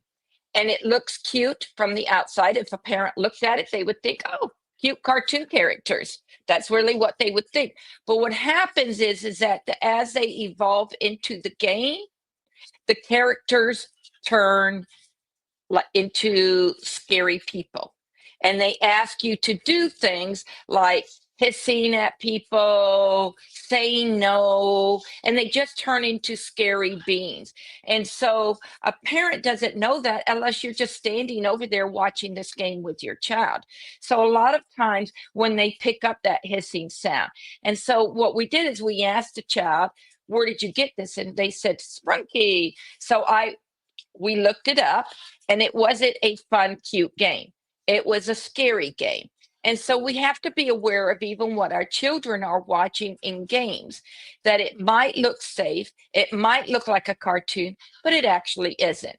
Okay, next slide. So this, and I think the next slide over, is a memorial that I went to go see. And it's the Oklahoma City Memorial. And a lot of people do go to this memorial. But even as I was standing there, I could feel, and there's a story here to it, I could feel the immense sadness. And I can only imagine how children would feel even as they're walking through this, even though it happened a long time ago, because if it can happen here, where else can it happen? The thing that affected me is that when you see those chairs, there's little chairs, which represent children. And I think on one of those chairs that we saw in the previous slide, there is an actual jersey over it that a parent put for their child. And you can see it kind of in the middle of that. And so people never get over this.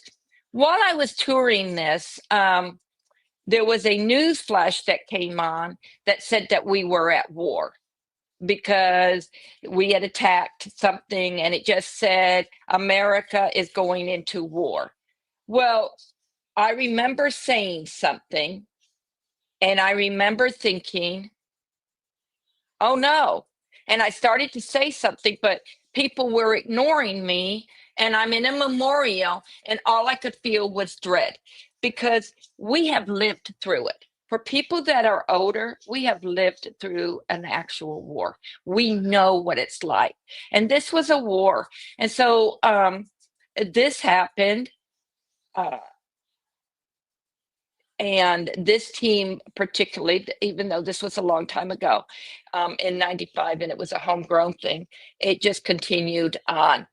And then if you look at some of the other slides, this I took just of the paper, and it says disaster triggered suicides and overdose deaths. And that was the Maui disaster, where the fire just killed people, one way in, one way out. I happen to live in a neighborhood that there is one way in and one way out. So my kids know this could happen to them. And the other thing that it had on there is state COVID-19 cases, an upward trend. Well, we've already lived through COVID. Kids know COVID. We have COVID babies. And so this is a state of dread for them. Next slide. Okay. So the other thing that we know that is going on, federal agents hid in the back of a rental truck before starting a raid outside an LA Home Depot. Who goes to Home Depot all the time? Who wants to see a raid? I mean, I go to Home Depot all the time. I do not want to see a raid outside of maybe there's an undocumented worker. And we think that it's not going to happen to us, but it does happen to us. And I can only imagine seeing this as a child. Could it happen to me? Could they pick on me? It's even happening in our schools, that agents are coming into the schools and taking teachers and taking kids. We have now, and this promoted a real sense of dread, instructions on what to do if agents raid the school. And I'm thinking, like, that should not happen. Schools should be a safe place. Next one.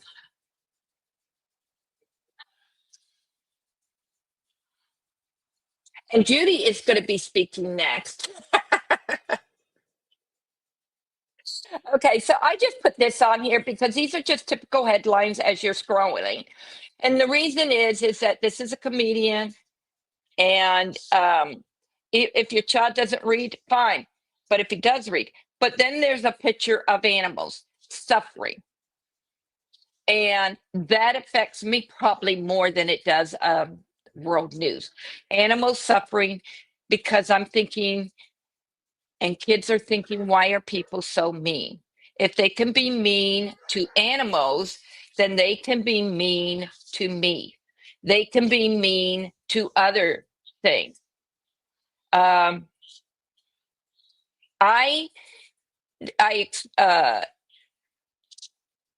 Yvette. So Yvette says that children are being bombarded with horrific news, but are not often being taught harsh realities of life. And parents may not share horror stories when they were growing up. So I think that it's not so much about the horror stories, but it's about, this is what happened to me and I survived it, and you will too. So it's not so much about the disturbing news, because sometimes that is not rooted in reality, but they trust us. So, and again, Yvette says, yes, kids are exposed to so much disturbing news, yet often without the guidance or context that they need to process it. So it's not just about looking at these pictures, it's about how are we going to explain to our children and help them to process it. Thank you, Yvette. Okay, next slide. And again, so this was some headlines. And if you say soldiers held as heroes for tackling armed assailant at a Georgia Army base, then we have, he's going to overhaul the vaccine. And then the last one is, students are being called into the office and even arrested for AI surveillance, fake alarms. So our kids are so smart, especially the older ones, that they do not know the difference between AI and what is real. And so we can come up with what is real. And we don't know how to explain that to our child. And we need to learn how to explain to our child what is AI generated and what is real. And sometimes as adults, we don't even know. So that's where we might need to research it. But what it is it all affects our nervous system. Even the soldier that we see in that first picture, he looks like a kid. He looks like he's in high school. And if you didn't know better, if you didn't know how to read, you just think that somebody is arresting some kid. And that's what you would guess at. So one of the things that we do want to make sure is that we can put everything into context, that the nervous system, it's not just about the surveillance and AI surveillance and AI pictures and AI stories. As parents, we need to figure out what is real and what is not. And the only way that we can do that is by helping kids to process the news. That's it. Process what they see. Process what happened at school. Because no school is safe. When you said that, I have questions, Lori. So tell me, how do we help our kids process it? if I'm a parent, how can I help? Yeah. So what we can do, some of the things that we can do to help our kids, our students, as a teacher, our students, our kids, as an auntie, as a neighbor, is notice how your child is feeling. Notice what they're watching. We help them process it by taking some breaths. And I know that sounds silly, but breathing, we know some of the things like putting your hand over your heart and taking a breath. And then we talk about, what did you just see? Yes, the news is scary. So that's why mom, dad, auntie doesn't always watch it. The news is scary, but we're going to calm you down because you are safe. You are safe. Teachers will help you. I will help you. You are safe. And that's what we can do, is that we're calming that brain down. We're calming that nervous system down by letting them know, heart center, that you are okay, that this is something else. And a lot of times this isn't even real. And this isn't, it can happen to us, but guess what? Is that we will be okay. Now, some people will say, yes, but that might not be okay. Kids might not be okay. So shouldn't we tell them? No. And here's why. The school has safety drills. And I remember listening to a news article about the shooting in that New York City, and the guy just walked into the building with a gun, and the kids all hear that and they all see it because it was all over the news. And one of the workers there remembered what she learned in elementary and high school about lockdowns. And so that was what they did. She taught everybody how to do a lockdown. And so that is what our kids are learning, how to do a lockdown. And that also contributes to them a sense of dread. So what we do at school is that we go, this is for our safety. This is to help us, just in case, be prepared, just in case. So we always know what to do. We are prepared. We will be okay. And that will help calm, especially a little one nervous system and an adult nervous system, is that we know that we will be okay, that we know that we will be prepared. It's not about preparing our kids for the harsh realities of life. If you grow up with limited resources, you kind of already know the harsh realities of life. If you grow up with more resources than you know what to do with, you probably are able to read. So you read all of this, and you're probably doing reports on it, even as a small child. You're doing project-based learning. They have a news for kids now. And the only reason I don't recommend that, because it promotes dread among students. Again, it promotes, well, if this can happen here, then it can happen there.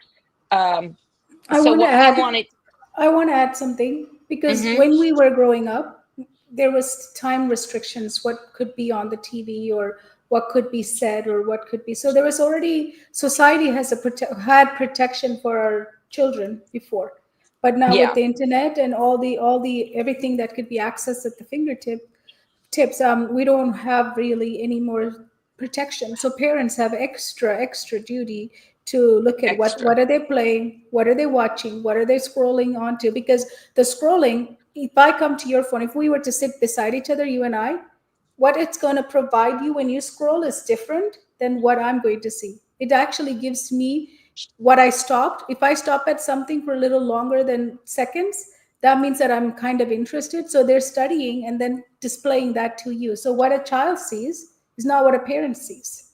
It's totally different. Yes. Yeah.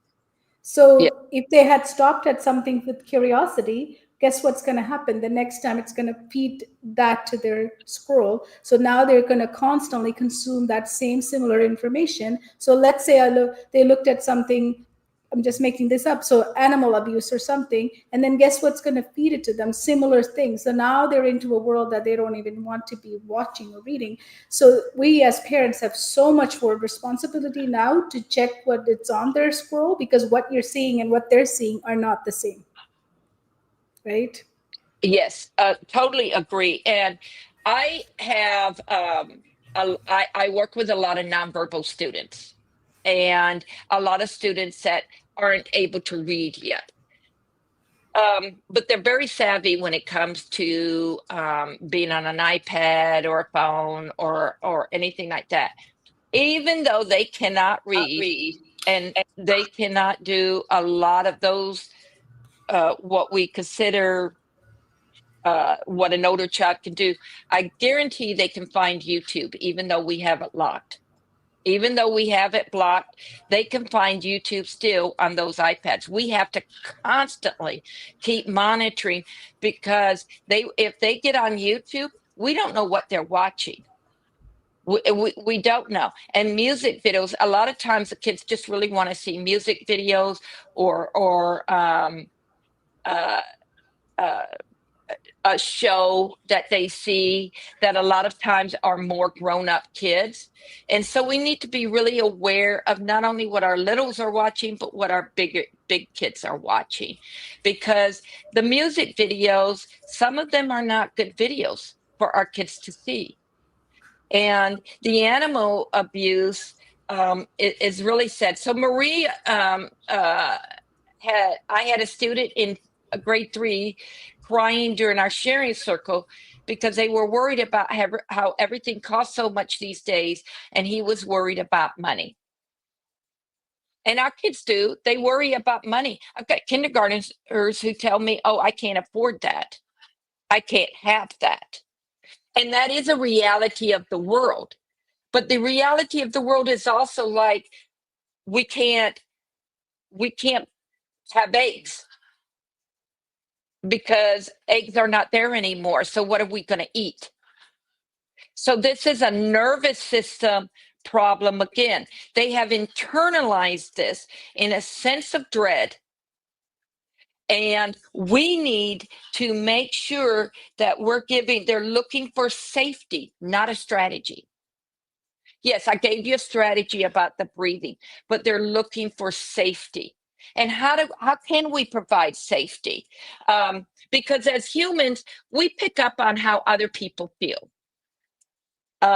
Kids, little ones, are so good at picking up on how others feel. Animals pick up on how others feel. What I would say on my animals, because people who know me know that I love animals, and I do have a lot. If I have that feeling of anxiety or dread, they pick up on it and they respond to it. And how do animals react? Because it's very pure, is that they cry, whine, okay? My birds will squawk, and sometimes my birds will actually lunge at me or bite me because they're already feeling that. They feel that dread within me. So when kids feel dread, they might not bite you, they might not lunge at you, but they will cry, or they might withdraw into themselves because they're thinking so hard. I had a student that he watched the news every night. Yeah, he just watched YouTube news. And he would come into school every morning and he would tell me what the news was and what the weather was going to be. And so I had to, as a group, reassure him about what the news said and reassure him about the weather. Because what happened with the weather is that he would hear about tornadoes, which for us is on the mainland. And he was wondering, are they going to come here to Hawaii? A volcano on the Big Island, when it was spewing all over, is the volcano going to come here? The fires in Maui, are we going to have a fire and be trapped? So those are things that we reassure, that we help our students. And it might be something like, depending on your child's age, we just need to let them know that their nervous system is safe. And we can do that like, how can we help kids feel safe? I have a variety of things that you can do. One is name that emotion. And if they can't name the emotion, then you already know they're feeling a sense of dread that they can't even name. And you can even name it for them. You could say, I know you're really worried about what is happening in Texas, but that is Texas. It is not here. That is Oklahoma. It is not here. Or the war in Gaza, or the war in Israel, where they're seeing those symbols. That is there, not here. But my dad is in the army. What if he goes? If your dad is in the army and he has to go, remember, he is trained and he will be okay. And even if you say, well, that's kind of lying, it isn't, because what we want to do is name the emotion, get them there, have them breathe through it, till you feel that they're relaxed, and let them take a small break. If they're in school, have them take a calming break. Playing with manipulative of some sort, until you can visibly see that their nervous system is relaxed. As a parent, how do you do that? Same thing. You breathe through it and you go, I'm so sorry you saw that, but that is there and we are here. Mom and dad are always going to take care of you. Auntie is always going to be there. You will never be left alone. Your teachers will take care of you. People are always there. There are more kind people in the world than there are mean people. There are always help, as Mr. Rogers says, look for the helpers. Look for the helpers. Okay. So we want to talk about, again, we validate their experience. We validate what they've seen. Yes, it is scary. Okay. We're giving them a sense of, yes, you saw that. And Stacy says calming breaks are vital for everyone. And I would, as a teacher, as a parent, as a student, as a helper, that's what we do. And then we prioritize their nervous system regulation. That's what we prioritize. And we teach and model strategies for calming. Teach them those strategies for their mindful brain, mindful breathing, movement, time in nature, creative expression. I have found that for a lot of kids, and this is not all kids, but for a lot of kids, drawing it out really helps. Even if they can't draw, drawing it out really helps. Coloring helps. Music, depending on the music, helps. Reading a book helps. For what I have found for my students is any of those work, but sometimes, and I find this for me too, getting back to work, getting back to normalcy, getting back to what I know best, getting back to our routines. Our routines are key. Nobody wants to live in chaos, including our children. So if bad things, horrible things, sad things are happening out in the world, then we acknowledge that our kids are fine.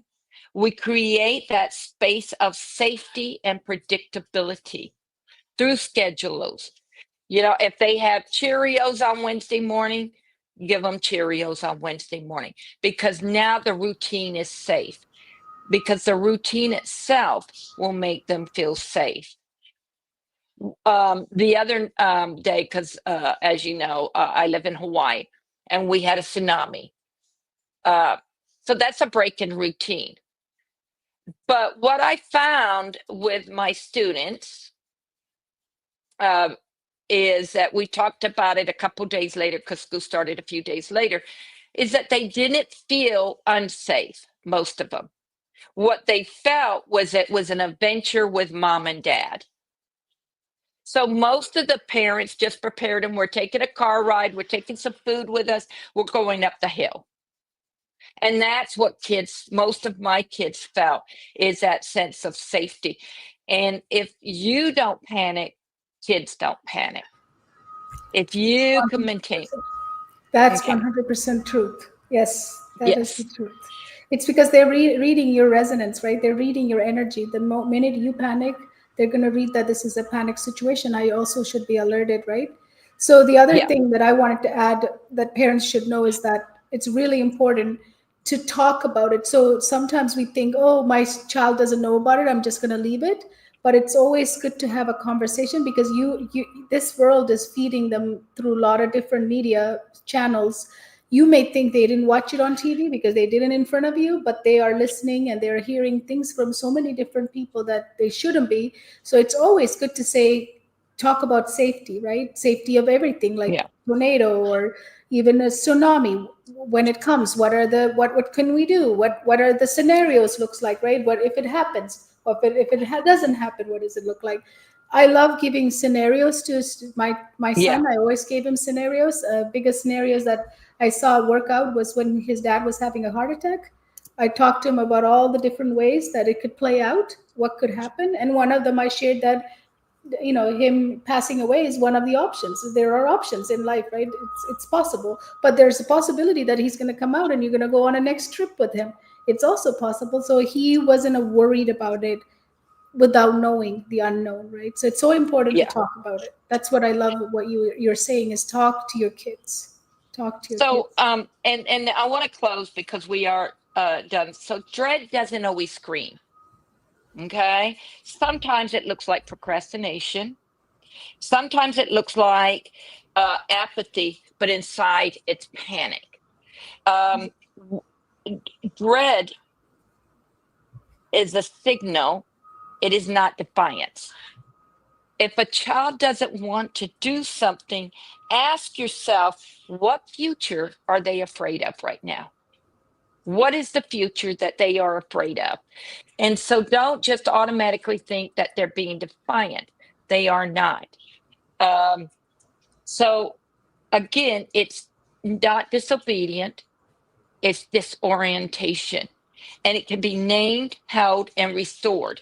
What I now know that the future only becomes safe when the present is.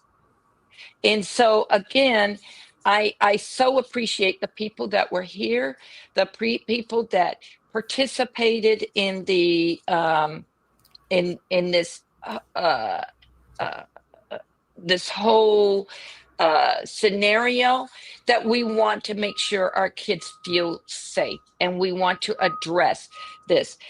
My offer is to you again. I know I think it's scrolling across the screen, but my offer is that to email me Lorraine Bennett at yahoo.com to receive a gift of a 5-day coaching experience to uncover what's driving your child's challenges and discover what they need to thrive. I also, it's not just about the child. If you feel, and you don't have children, or even if you do, that you need that 5-day coaching experience as an adult to help you, then I offer that to you too. So I offer the 5-day coaching experience for anybody who may be feeling dread, and it's disguised as anxiety, panic, sadness, apathy. I just can't get started and I don't know what's wrong with me. I invite you to come, and I Thank appreciate you. you guys. Thank you so Thank much. you. Thank you, Lori. That Yeah. was amazing. Thank you. I told you guys she's going to come and tell us and show us, you know, when future feels unsafe, the most powerful thing we can do is to make the present a safe place to land. I told Thank you you. she's going to tell you. She did. Thank you. Thank you Awesome. so much. I appreciate Yes. everybody who came on and the future people that will watch this later. Really Absolutely. appreciate this. Thank you. Absolutely. And the journal has lots more prompts for you to go through this, because these are areas that we think we're alone, or it's just my child. No, it's not. It's happening to the whole world. You're never prepared to parent in this era. Like you can't be prepared, because it's just all new things. As I said, we used to have protection for our kids. There wasn't shows that would run in certain times. Now your kid can watch anything and everything at any time of the day. Yeah. And we have kids, you need to be aware that I don't want to call them sneaky, curious, is that they will get up in the middle of the night. They already know how to get into your phone, and they will scroll through your phone. And remember, that is your feed. Now they're Right. looking at your feed. So you need to be Absolutely. careful about that. Yes. Thank you. Thank you so much. Have a blessed Thank you. day. We'll talk. Come back, because we have a panel at the end. So we have our next speaker, Judy. Welcome. Thank you for being here. Checked out and not broken. Hi, Wow. thank you for having me. Nice to have you. I have to introduce Judy, so let me introduce her to you. So Judy is going to talk about when she stands for, that's okay. When numbness becomes protection is what she's here to talk about. She stands for helping children who've gone quiet to be what? She believes that the detachment is not defiance. It's, I don't know, she didn't share with me, but she's here to share now. She is committed to guiding parents in meeting emotional numbness with, we will find out. Detachment doesn't mean a child has given up. Today, she is here to show us what that is. So I'm excited to hear your talk, Judy. Thank you. Welcome. Thank you. I'm excited to be here. Let me share my screen with you so we can get going on this. So today what I want to talk to everyone about is detachment. Some of our children are checked out. They're not broken. They're just checked out. We've talked a lot about behaviors today. I've heard it mentioned about shutdown, disconnection, despair, and dread, and all of those things are very real. And detachment is what all of those things can culminate to, and what happens as a result of those things. Sometimes we do see kids fight. We see kids yell. We see kids saying, I don't want to, I hate this. We see lots of behaviors. But then sometimes we have kids that we don't see anything from. They want to disappear. And so that's what I'm going to talk to you about today. What is detachment? Detachment is emotional numbing. It's a survival mechanism in response to stress, overwhelm, anxiety, fear. But it's important to know that even though it's there, it is not defiance. They're not being defiant. They are in a state where they don't know how to respond. So it is not defiance, and it is not failure. I resonate with this term significantly because as a child, I was labeled shy. On the outside, I was the perfect kid. I was doing everything that I needed to do. I had everything together. But on the inside, I wanted to disappear. I didn't want anybody to notice me. So this is a topic that really resonates for me, and it hurts me when I see children experiencing this, because often no one's aware that they're experiencing this. We're all aware of the biological systems in our body, that make us up, the circulatory, respiratory, and all that. But has anyone ever really explained, or are you aware, and do you pay attention to on a regular basis, the systems that make up our children emotionally and mentally? We have the nervous and protective, the sensory, memory, belief, relational. We have so many systems that make us up, and those systems need to be working together, and they need to be aligned with one another. Because when those systems are all working together, they influence our energy, our feelings, our focus, our level of productivity, and our responses to things. When one or more of these systems listed here on the left are out of sync, our children go into dysregulation. And when they are dysregulated, they're not functioning at their maximum. That's when we're seeing the things that have been discussed today, the shutdown, disconnect, despair, dread, and detachment.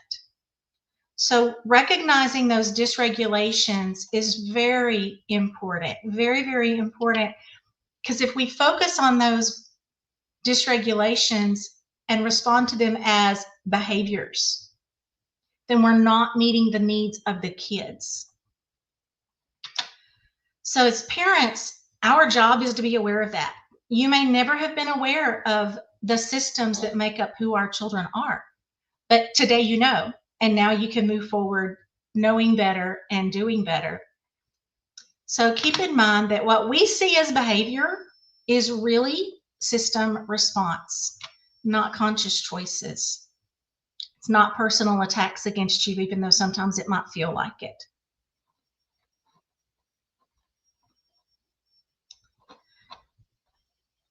So why focus on detachment? I know you've seen this iceberg a couple of other times today. Today, I want us to look at the iceberg metaphor as the top being behaviors. That's what we see coming out of our kids, be it shy or withdrawn, angry, misbehaving. We see the behaviors. We see unmotivation, not willing to get their things done. We see arguing, yelling, quiet, shy, withdrawn. But are we noticing what's below the surface? The causes, and those causes are what is resulting from our system responses. I told you that I was super, super shy when I was a child. My system was in fawn. Fawn is people pleasing. I didn't worry about me being happy. I didn't worry about getting good grades. I didn't worry about anything but pleasing other people because I was terrified to get in trouble. I did get good grades. I did behave. I was the perfect child on the outside. But inside, I was just stressed. I just wanted people to be happy. Some of you may have children that we've mentioned some misbehaviors earlier in the day, and you may have children with those misbehaviors. And some of you may be thinking, well, my child's not misbehaving. That doesn't mean that your child's systems don't need attention. I wasn't misbehaving, but my systems desperately would have benefited from attention. I needed support that my parents didn't know how to give. So again, now we're going to know better, and now we can strive to do better. Sometimes a system might go into freeze. That's where they just don't know what to do. They don't respond. They might go into fight or flight. I have a story for fight or flight as well. That's where we often are seeing the physical behaviors coming out of them. And then sometimes they go into this detachment that was mentioned earlier, the I don't care. Doesn't bother me. I don't care. Well, really, it does. They do care, but they don't know how to handle the fact that they care and what to do with those feelings. So I was super shy. My son had the same dysregulations. He was detached. He had periods of detachment, but we responded to that detachment in completely different ways. So even if your child's not hyper, don't feel like, oh, everything's great. Sometimes when they are hyper, things are also in levels of detachment. So my son had ADHD, likely autism. I ended up stopping the testing because I decided whether he's autistic or not, what's it going to change? I've got to deal with him in the same way. So I didn't complete the testing on that. But he did have all of those unique needs. His behaviors were behaviors that pushed people away. That was his form of detaching. For example, he was too much. He was too loud. The other kids irritated him. He didn't like it. He knew that they were irritated by him, but he was so dysregulated that he didn't know how to let those kids into his space. All he knew how to do was and just go all over on them and be too much. So he was physically detaching in a reactive detachment format to push people away before they had a chance to hurt or embarrass him, while I was emotionally detached, not letting people in because I didn't want them to hurt or embarrass or shame me. So same issue, same dysregulation, but it can be shown in different ways. And then I had a turning point. And this turning point is what I want to make you aware of. And that is when I decided to approach my son in a different way. When he was in pre-K, he was either 4 or 5 at that point in the year. I happened to work at the same school he was in, and I walked by him the line, and he was not getting in line. He could not be still, and his teacher could not get him still. So I just stopped and asked, what is it like in your brain when you can't be still in this line? If you had to draw me a picture, what would you draw? And this image here is what he described in his little 4-year-old sweet baby voice, and it broke my heart. He said, Mama, it feels like my brain is full of sticky notes and a fan is blowing them all over the place, and I can't turn off that fan. I mean, think about that. Think of when you feel overwhelmed as an adult. That, oh my goodness, it just breaks my heart and I tear up just thinking about it. My baby was dealing with that in his mind. As an adult, that would be hard for me to handle, much less that little pre-K baby. He didn't know how to deal with that.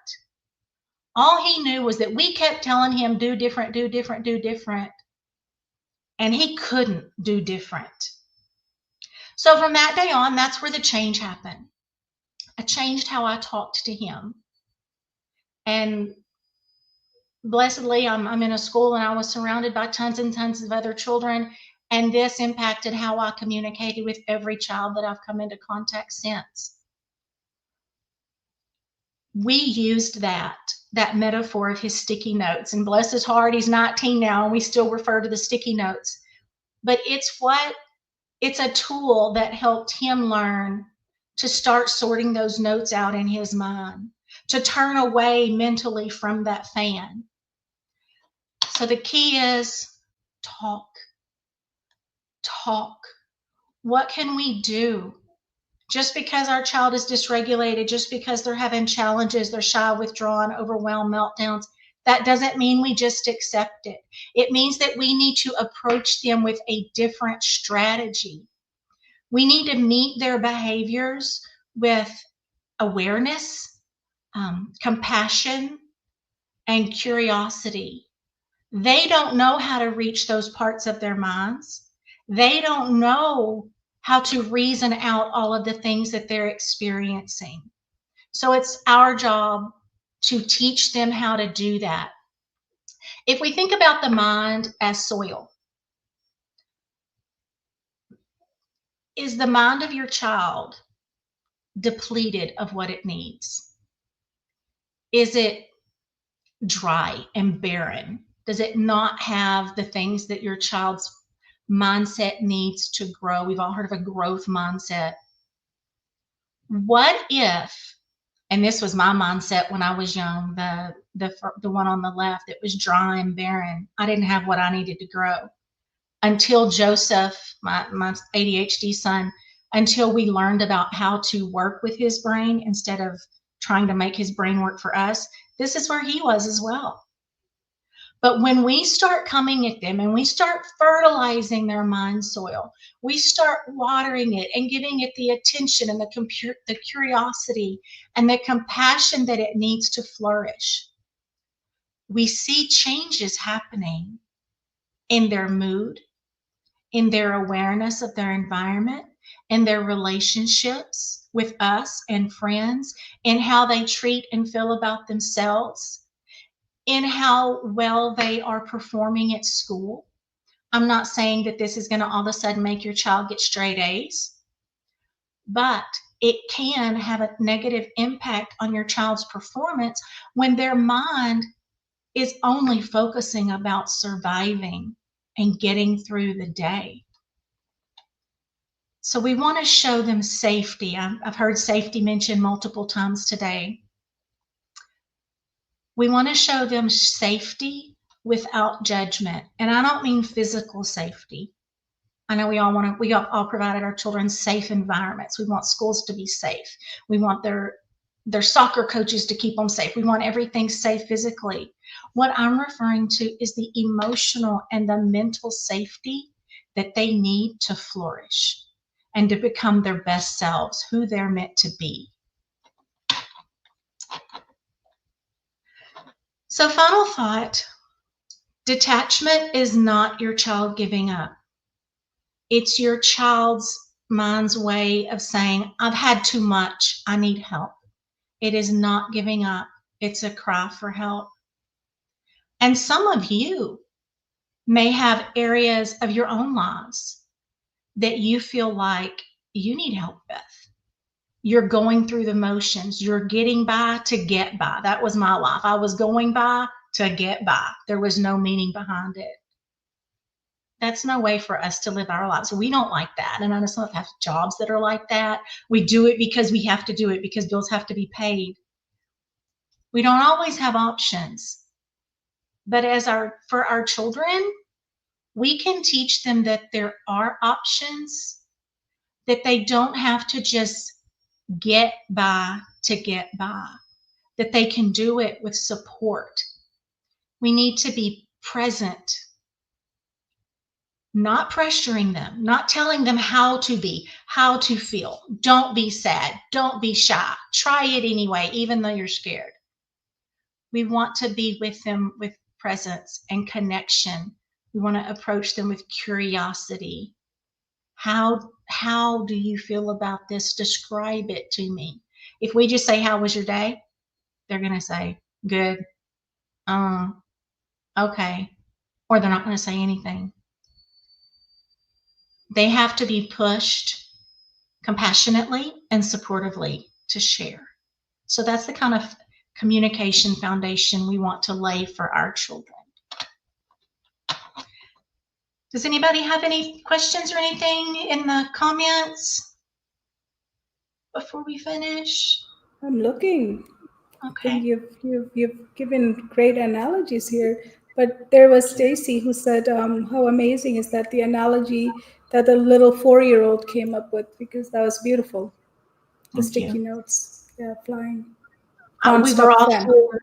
We could not believe that a little 4-year-old was able to do that he was able to be that introspective. I think sometimes we don't ask those kind of questions because we don't think the kids are able to answer, but they'll surprise you. They will really surprise you. So addressing these things and learning how to talk to your kids and how to reach your kids to help them move through shutdown, disconnection, despair, dread, detachment, and helping your kids to manage it on their own as well. Because it doesn't take just work with the kid and it doesn't take just work with the parent. It takes a combination. And that's what Blocks to Flow coaching can do. So I would love to discuss this further with anyone that would be interested. The QR code here will take you to my email, which is intellicoachlsc@gmail.com. That's INTELLICOACHLSC. And I want to offer that the first families that contact me, I'll give you a free discovery package. And what that is it is a culmination of multiple days where you'll end that time period with a complete learning and rhythm scan for your child to find out where they are emotionally and how are those emotions impacting learning and where are they in terms of learning. I'll have a map of your child's blocks to see where is the issue so that we can begin addressing that as soon as possible. And your child's going to get a customized plan to help them be productive, as well as a plan to help you be the best parent that I know you all want to be. So thank you very much for showing up today, not just for your child, but for yourself as well, because I know we all want to be the best we can be for our babies. Yes. So you're saying that detachment doesn't mean a child has given up? Because that's what most parents feel like, right? They are pushing me away. They don't want me, right? When kids start doing that, you're saying that it's to show up with curiosity. Show up with Right? curiosity. I never pushed my parents away. I was too scared to. I was too afraid to get in trouble. But I was detached. The kids oftentimes, they don't know why they're responding to you in a certain way. They just know that that's their immediate response. And it comes in and they say it. That is their dysregulation talking. And all these dysregulations that have been discussed today, they lead to that detachment. And there's various ways they can be detached, as I discussed. But Yes. it's not personal. It's not personal. I took my son's reactions to me personal for a long time. It's not personal. It's reactive. Mm-hmm. Yeah, absolutely. I'm just going to bring back all of our coaches. They're coming in. So I want to ask you a question. So what's then this disconnection and this detachment? How do they work together or against each other? How do they work? Well, disconnection for me was I was so afraid to engage because I was afraid I was going to do it wrong. Someone was going to laugh. Someone was going to, I don't know, even look at me funny. I think I would have probably freaked out. I disconnected from the world around me, but I was disconnected internally. I didn't allow myself to go into any situations where I was going to have an opportunity to feel worse than I already did. I disconnected from the world around me, and that was my detachment. I did not form friendships. I didn't form likes and dislikes. I just performed so I didn't get in trouble. My son's disconnection, that the hyperactivity, he disconnected just in the way his brain operated, which ended up resulting and adding to what became him detaching himself from other areas. Absolutely. Going to bring Coach Melissa. Molly is here. And while others are coming, I just wanted to touch on what we did today is to really bring awareness for you as parents, as educators. We're looking at everything as behaviors and misbehaviors, disconnection, too much information, but it's really our nervous system is crying out loud. Every one of us have it, right? It's not working. It's not working. It's not, something is off. That's that unrooted feeling. Something is off. Something is off. So that's why we wanted to present the summit, because we really wanted to not blame anybody, but really do something about it. Blaming doesn't do anything, as I said earlier. It doesn't do anything. It just diverts the problem. It just puts the problem out there into somebody else's hand. So I always have, so some of you might have talked about it at other places. When we talk about, we always say they, right? They're doing it, or it's the system is doing it. It's nobody else. It's not about they are doing it. We are the they. Because we're in the education system, majority of us here, our background is education system. We are the they. So we're doing something about it. We can't just say they. Who are they? They're not. Nobody's going to do nothing then. It's almost the diversion of that responsibility. So we're taking the responsibility to really come home and really find our root and really listen to our children and our students and what they're saying. What they're saying is they're talking through their nervous system. But we don't have education to really understand what that nervous system is doing, because we never got any lessons on all the systems that Judy presented.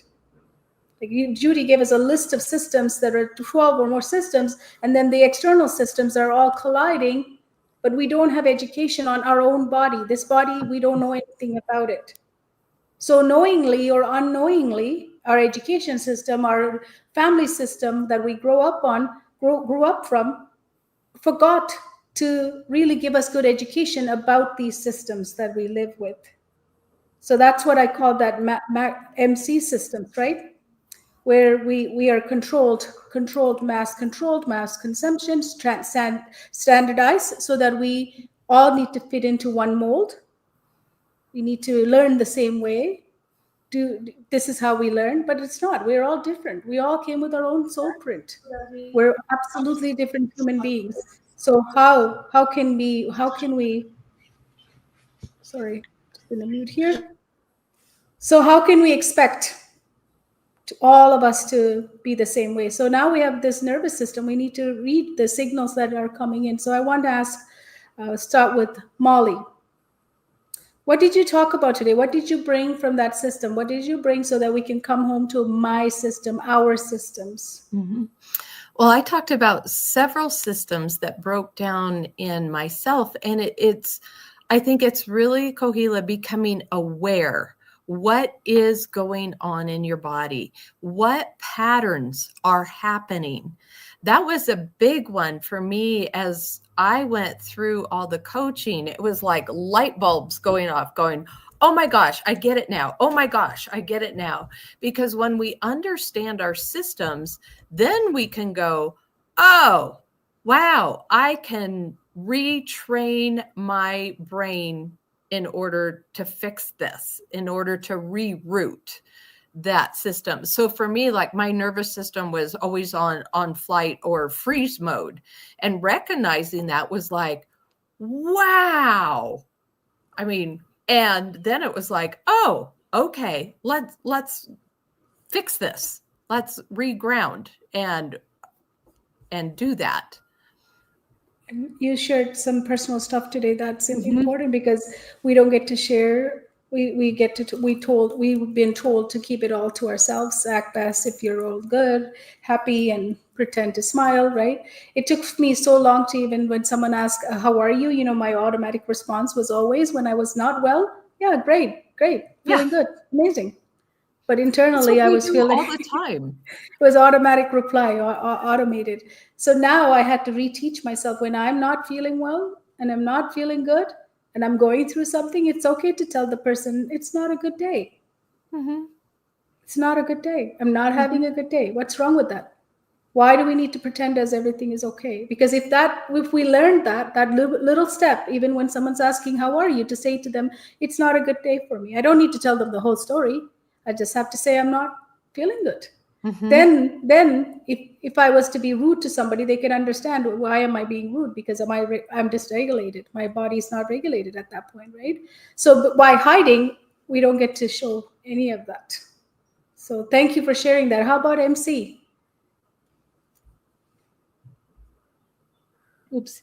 I started to talk again, being muted. The point that Molly just made, I totally can relate as well. Like, I spent so much time in my life, and that was part of my initial presentation, but I had to cut it off. But I think I was part of like a more or less visible version of this, like all the day long, like my shoulders, like everything was just like go, go, go. I had absolutely no interoceptive awareness, they called it, like try to be aware of the cues that your body is sending you. And really the only way you can do that is if you take a moment in a practice of stopping and being present in the moment, which I never did, never ever for a very long time. And bringing this awareness, and it made me realize how I'm actually super sensitive. Like, my stressors for me are not only just the things I even talked about, there's also very much like physical, like the noise, like the too much noise, too much clutter around, and being a little all over the place myself, it's very easy for me to look at everywhere I've been is like a major tornado just went by. And then the clutter and the mess, and like it was getting to me, but I just wasn't able to put a words on that. But then I realized this was affecting me. The noise was affecting me, all these things. So in a classroom, it really changed everything about how I set up my classroom, how I teach, what I ask my students. Like, we have moments where like, no, we need to respect everybody's brain. Right now it's quiet time, because otherwise Madame here cannot focus. Like, but these types of things I was never really paying attention to. And I think, like Molly said, these, like, when I started to become aware of these, this was major light bulb moments. And I have two kids, like I mentioned. One of them is definitely in the go mode, and it's still very hard for him to realize how important it is to just, stop and take a moment to see. And I think the only way I try to help encourage is to name it out loud for how it is for me. Like, days I'm not having a good day, then I'll say, today I didn't sleep much, so I'm very tired, and I can see that I'm going to be irritable. I'm trying to work through it and taking more pauses. But, if you can help me out by doing such and such throughout the day, it really helped me. Like, I think when you share this around you, it also helps other people to understand you better. And that really is a big part of it as well. Thank you. Thank you, Lorraine. Coach Lori, how about yourself? Sorry, you're muted. Okay. There we go. There we go. Okay. So how for me, how it shows up is a couple of ways. Is that I just want to escape. That's really what I want to do. So basically, even at school, I hide behind my computer, and because I do have a lot of work to do, so I tend to go ahead and do that when I'm overwhelmed. And I also tend to, noise starts bothering me. And classroom noise is different for some reason, but like when I'm riding home, the music is too loud, the TV is too loud, the animals are too loud, everything becomes too loud, and I'm overstimulated. And what I'm finding is that sometimes I just have to go lay down in a quiet room, and just deregulate myself again is what I end up having to do. And sometimes that can take 30 minutes, and sometimes it takes a little bit longer, but I need to regulate myself. I talk about it so much at school anymore that sometimes when things are not going the way that I want them to go, people are slow, etc., is that the people around me, my other workers in the classroom, they go, "You're getting really unregulated," because they can tell, because you start talking faster, you start going, oh, this isn't happening. Oh. And so and so that reminds me that I need to bring myself down, because the kids will notice. And that's the big thing. The kids will notice, and they will feed off of me, even if you don't want them to. And they know if you're putting on a fake smile or a real smile. Yes, absolutely. There's They resonance. really do know. So, but that's what I do. Is I just sometimes I disappear behind my desk. Sometimes I lay down. Sometimes I go out for a run. There's a variety of things that we know that can help us, because we're adults. Yes, And we've been through this whole process. But other adults who have not been through this type of process, kids who have not been through this process, they don't know. They do not know how to regulate themselves. Yes, absolutely. Thank you. Thank you. Melissa, Coach Melissa. Had to locate unmute. So really, it's like we've been talking, it's in the body, and the signals that your body gives, and the nervous system gives your signals.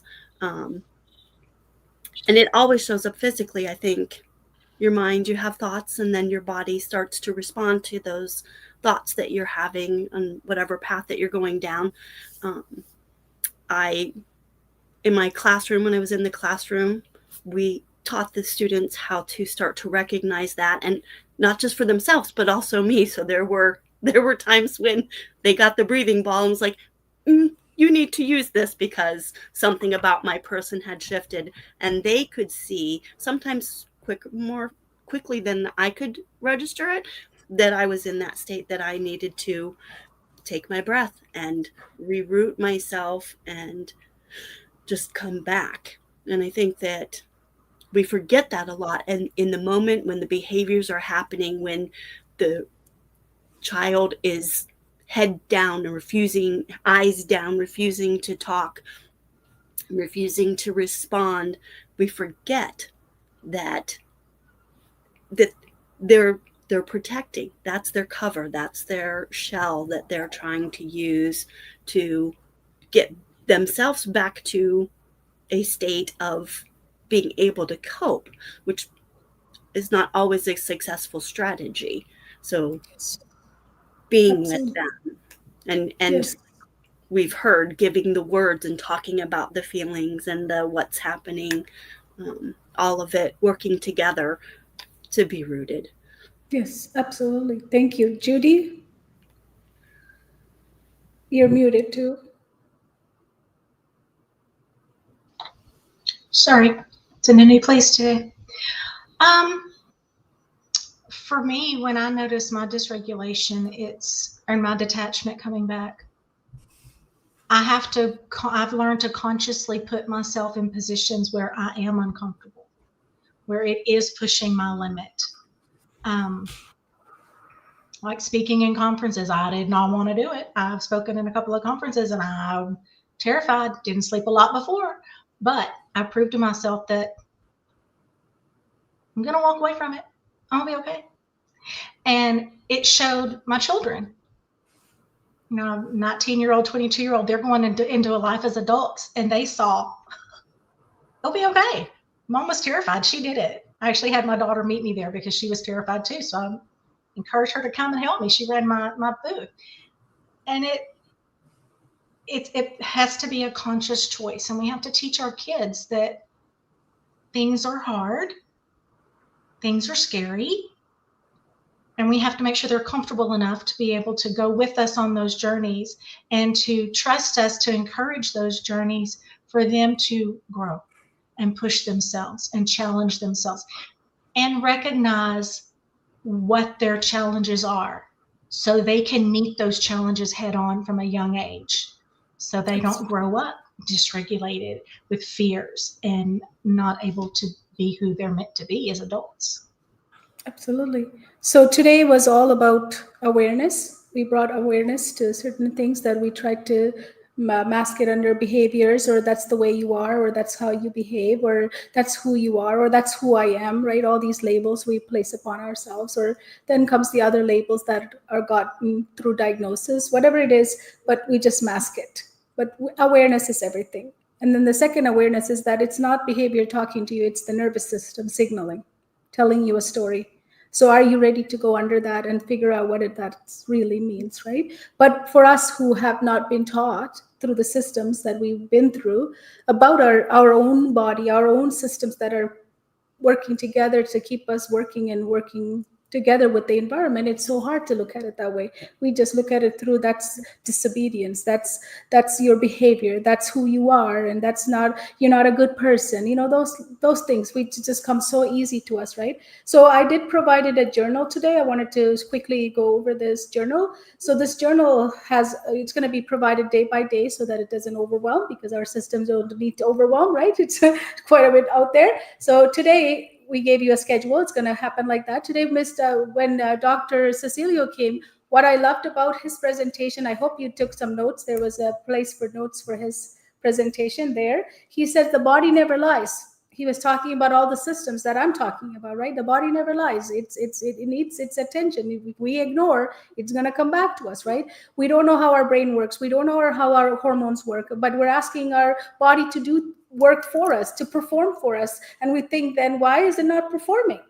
So shocking. Because you need to look inside to see what's not working first. Then it can output. Why is it not outputting? Because the input is not working. The machinery is not working. So that's exactly what happened to me last year. I was very severely sick. Now I'm a new human being because of this doctors and other people that I have worked with. And that's why I brought him in. And there's 3 things he showed us. He didn't push pills, even though there's things you can take. Of course, at a certain point, you have to take pills. You do also do chemo, even though it's very, can hurt you. You still have to do it because at a certain point, that is the only treatment available at this point, right? So what he said was, instead of medicine, sleep well. Right? He said, sleep well.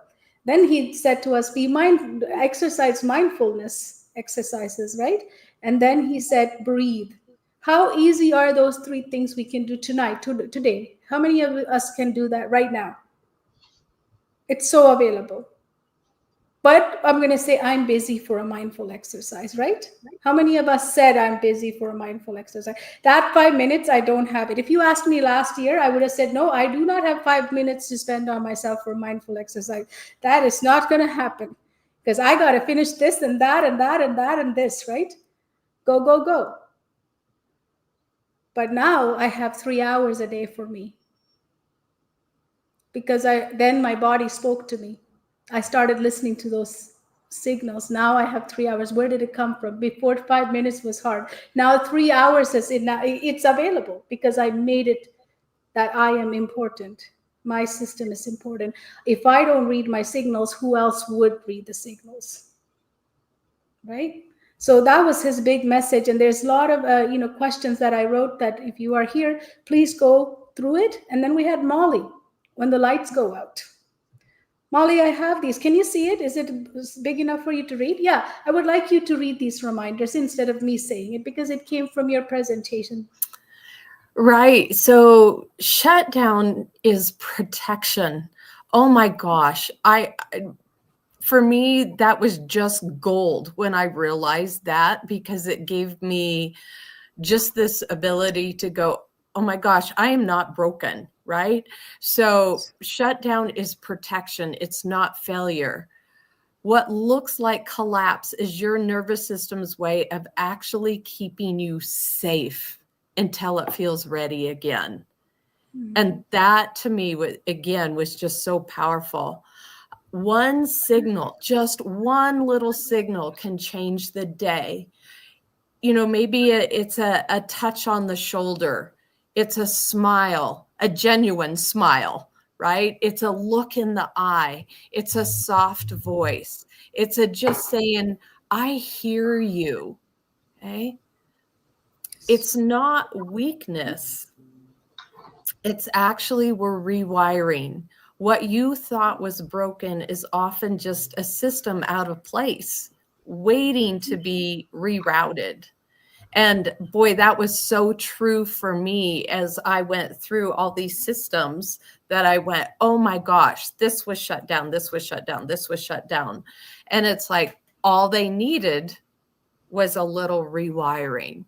Has it taken a little time? Yes. I tell people my magic wand is broken, but you hold the magic wand. You're in charge of your magic wand. Yes, absolutely. So now I'm going to go to Sivati is not here, but her reframe was all about, her talk was about lost in the noise, right? We have so much going on, just lost so much in the noise. So I'm going to read hers because she's not here. So she said, your nervous system knows silence and shutdowns are signals, not failures. How many of us thought it was a failure and I was a failure? How many of us labeled ourselves as a failure, right? Yes, your nervous system is speaking, so learn to listen. So listening can happen when you start breathing. Breathing exercise. And that's why mindful exercises are great, because that's your mindfulness. Is a lot of people say, I can't do that exercise. I cannot stay quiet with myself. Because that's your rewiring to listen to yourself, right? Because if you don't find a peaceful time like that, you'll never learn to listen to yourself because we're so fast. Got to do. But we are not this one is we're not doing, we're just staying still. It's hard. It was hard for me when I first started doing. Regulate to relate. When your nervous system feels safe, theirs can settle too. So we know this resonance, right? What I feel I can transfer to others. Presence is the bridge back to connection. Being present, right? Presence is the bridge to connection. And then decode before decide. Before reacting to behavior, decode the nervous system story underneath. That's where the real change begins. Because as I said, every behavior has a story. It's either I created or somebody created for me. So I took it and I own it as if it's mine. And then I validate it with a lot of facts as if it's also mine. How many of us lived with stories after stories? There's a saying, somebody I listened to She said that we are way more creative than any Hollywood, Bollywood, Tollywood, all these producers out there. We're so good at making stories than any one of them are. We're so creative. We just don't publish them. Or sometimes we publish bits of it, right? But it's there. We're good. So good. Our brain is so good at that. So next I have Melissa, Coach Melissa. How about, can you see it? The Yes. reminders, rooted reminders. Tell us. Despair is not disobedience. What looks like giving up is often the nervous system protecting what's tender. Every single story, every signal has a story. Silence, meltdown, muting, these are all messages asking to be understood, not punished. And lastly, presence restores hope. You don't have to fix despair. You only have to see it and stay with it. Beautiful. Thank you. Then MC, Coach MC, your reminders are? Reminders was that depletion is not defiance. And so when a child stops trying, then it's just a way for the nervous system asking for rest. And same as Melissa does not need punishment.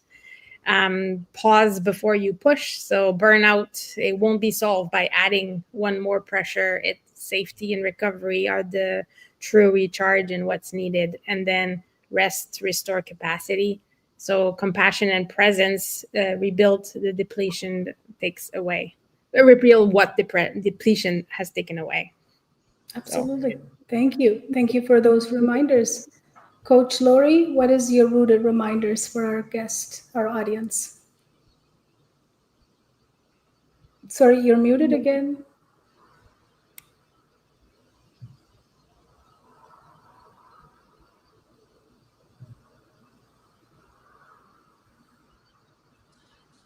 Okay.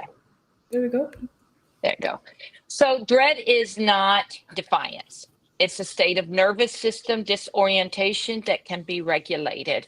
And I like, an aside, I should be just reading this, but that a lot of times with all of these talks, it's not defiance. It's just a nervous system disorientation. No matter where we're at, that's what it is. The future feels safe when the present is stable and creates possibilities for later. And then safety before strategy, calm the body first, then work on the plan. Yes, absolutely. And Judy, your reminders are? Yeah. Numbness is protection. It's not rejection. When a child checks out, it's their way of shielding and protecting themselves from the overwhelm from their system dysregulations.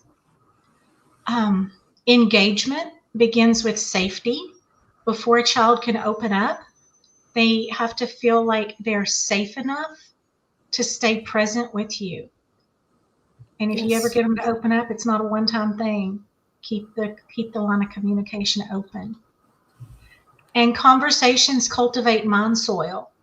Compassionate, curious dialogue nourishes the ground where trust and connection can grow. Beautiful. And again, it's an ongoing cultivation, not a one-time. Yes, you're all Blocks to Flow coaches, or some of you are training to become one. So I wanted to ask Molly, from everything you've learned in your journey, what truth about learning and living in flow do you wish every family could take home today? Oh my goodness. I have to come up with one thing. Actually, you know what? I'll come back to one of my statements that I just want families to know that you're not broken, that rewiring can happen, but you've got to be willing to make these little micro changes to actually look beyond what's happening. I said in my talk about instead of reacting to your child, with their defiance, their attitude, their eye rolling, their whatever it is, can you look beyond that? Can you respond instead of react? Can we give our kids tools that will help them reroute and give ourselves these tools? We need to model these.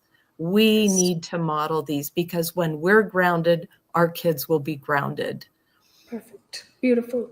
So Coach MC, what's one system or belief you personally had to unlearn before you could help others thrive?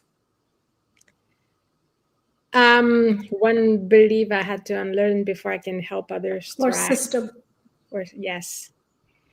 Well, I feel like before I can help others thrive, I really need to make sure my nervous system is in the regulated state, so that I need to do everything that I can and learn about everything that I need to do on a daily basis, whether that's tools, activities, to really attend to my own needs, because we can't pour from an empty cup. And I think when we're empty, the other thing, I was expecting the same question as you asked Molly, so I was getting ready for that one, but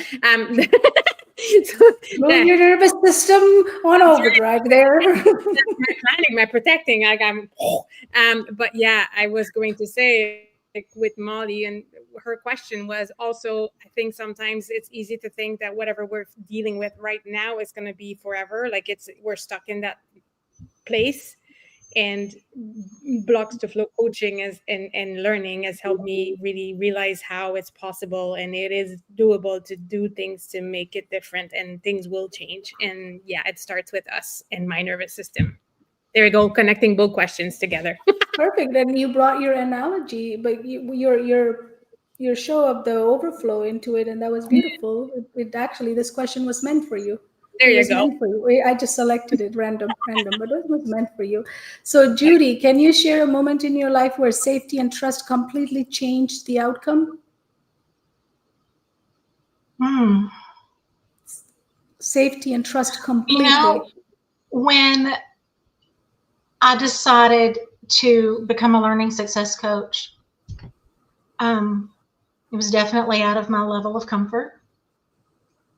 Everything was new. It put everything that I had been taught in teacher school, even through a master's degree, it turned it on its head. I had to unlearn that children fit into the learning theories that we are taught as teachers. And they don't today.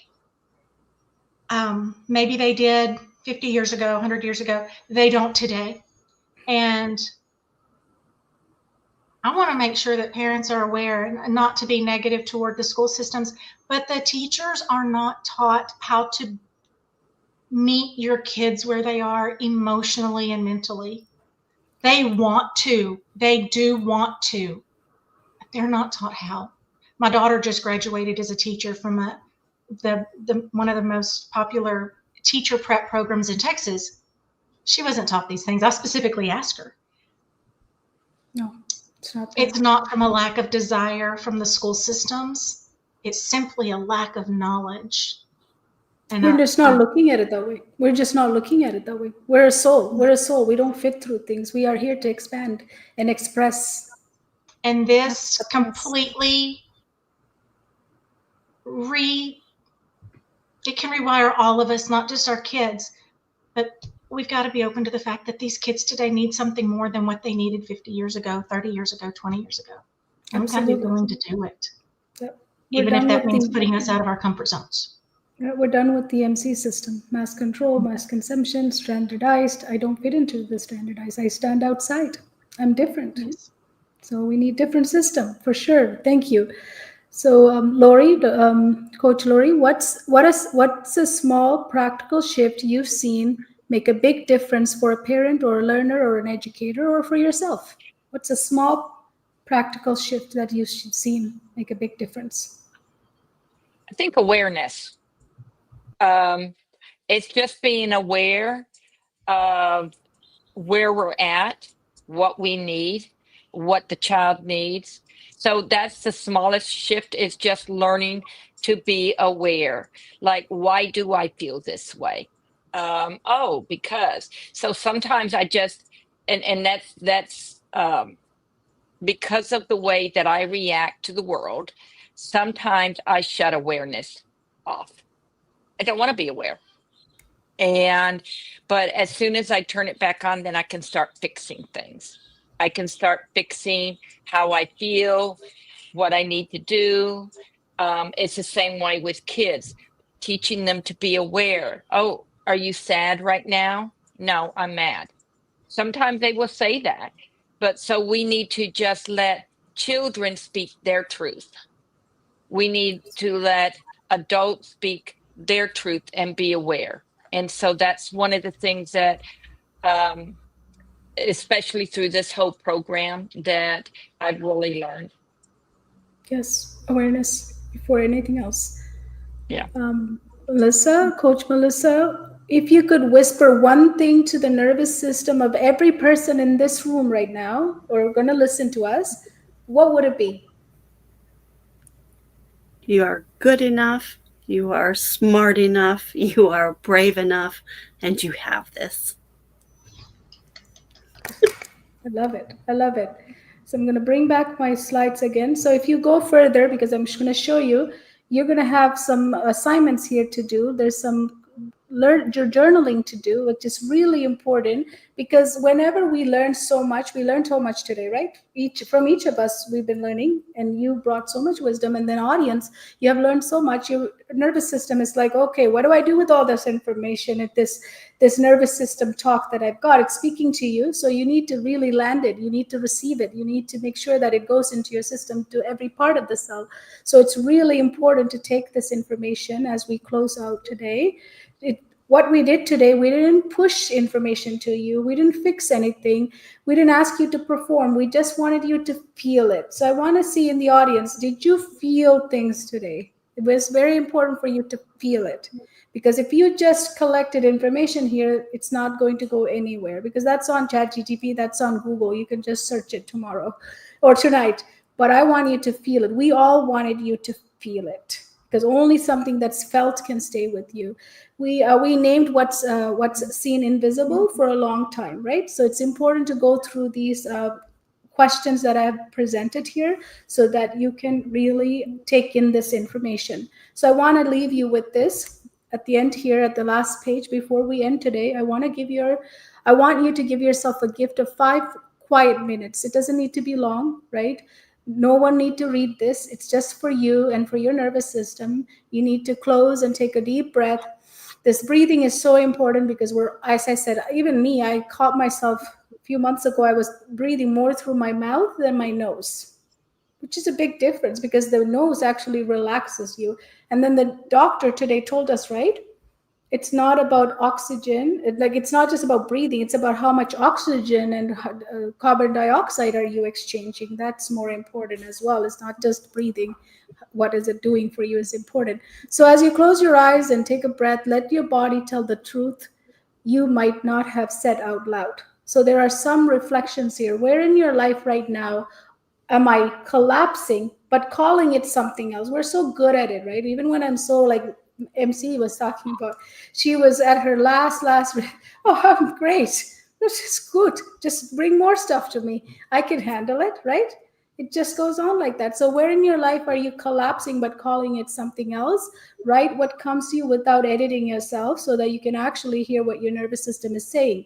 When has my child's shutdown, silence, or outburst really been their way of asking for safety? Now I want all of you, and from all of us, that's our message, is to think of it as it's a safety request.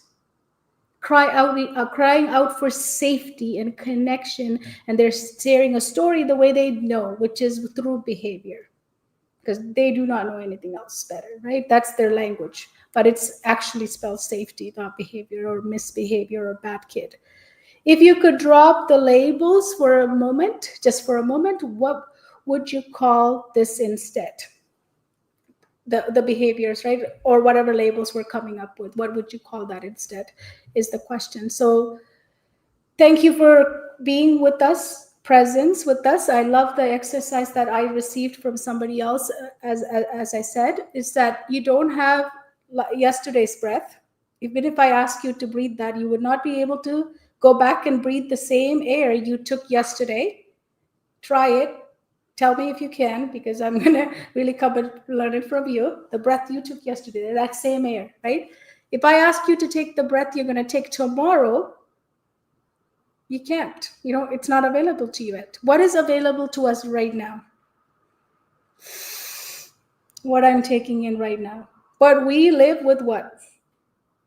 Worrying about past, thinking about future, and then here we don't spend any time, and then we finish our lifetime, and then we look back and forward and say, that was so bad. What did I just do? What did I do that year or 1 year or 1 month? What happened to me? So we don't want you to be there. So take the moment now, rest, and we'll be back tomorrow. We have more to talk to you. This is 5 days. It's not over. So I'll see you tomorrow. Thank you for joining us. Thank you for interacting with us. Thank you, MC. Thank you, Anne, for being here. Stacy, thank you for all of you participating, asking questions, sharing with us. You made my nervous system feel calm, for sure, because this is a girl who muted herself when she was little. So speaking like this, it's my nervous system's fully recovering through this process, right? So many of you might have had that too, right? Public speaking. It's a big part of our coming out of our nervous system, correcting our nervous system. So thank you, everyone. Thank you for our producer here, Seth. Thank you so much for making this beautiful. We will see you tomorrow, and be here, and we will share the link. It's the exact same link on our YouTube Holistic Success Codes YouTube channel is where we're going to live broadcast again, and we'll see you tomorrow. Thank you so much. Thank you, all of you, for all your time and your wisdom. Thank you for bringing it Thank you for together. having us.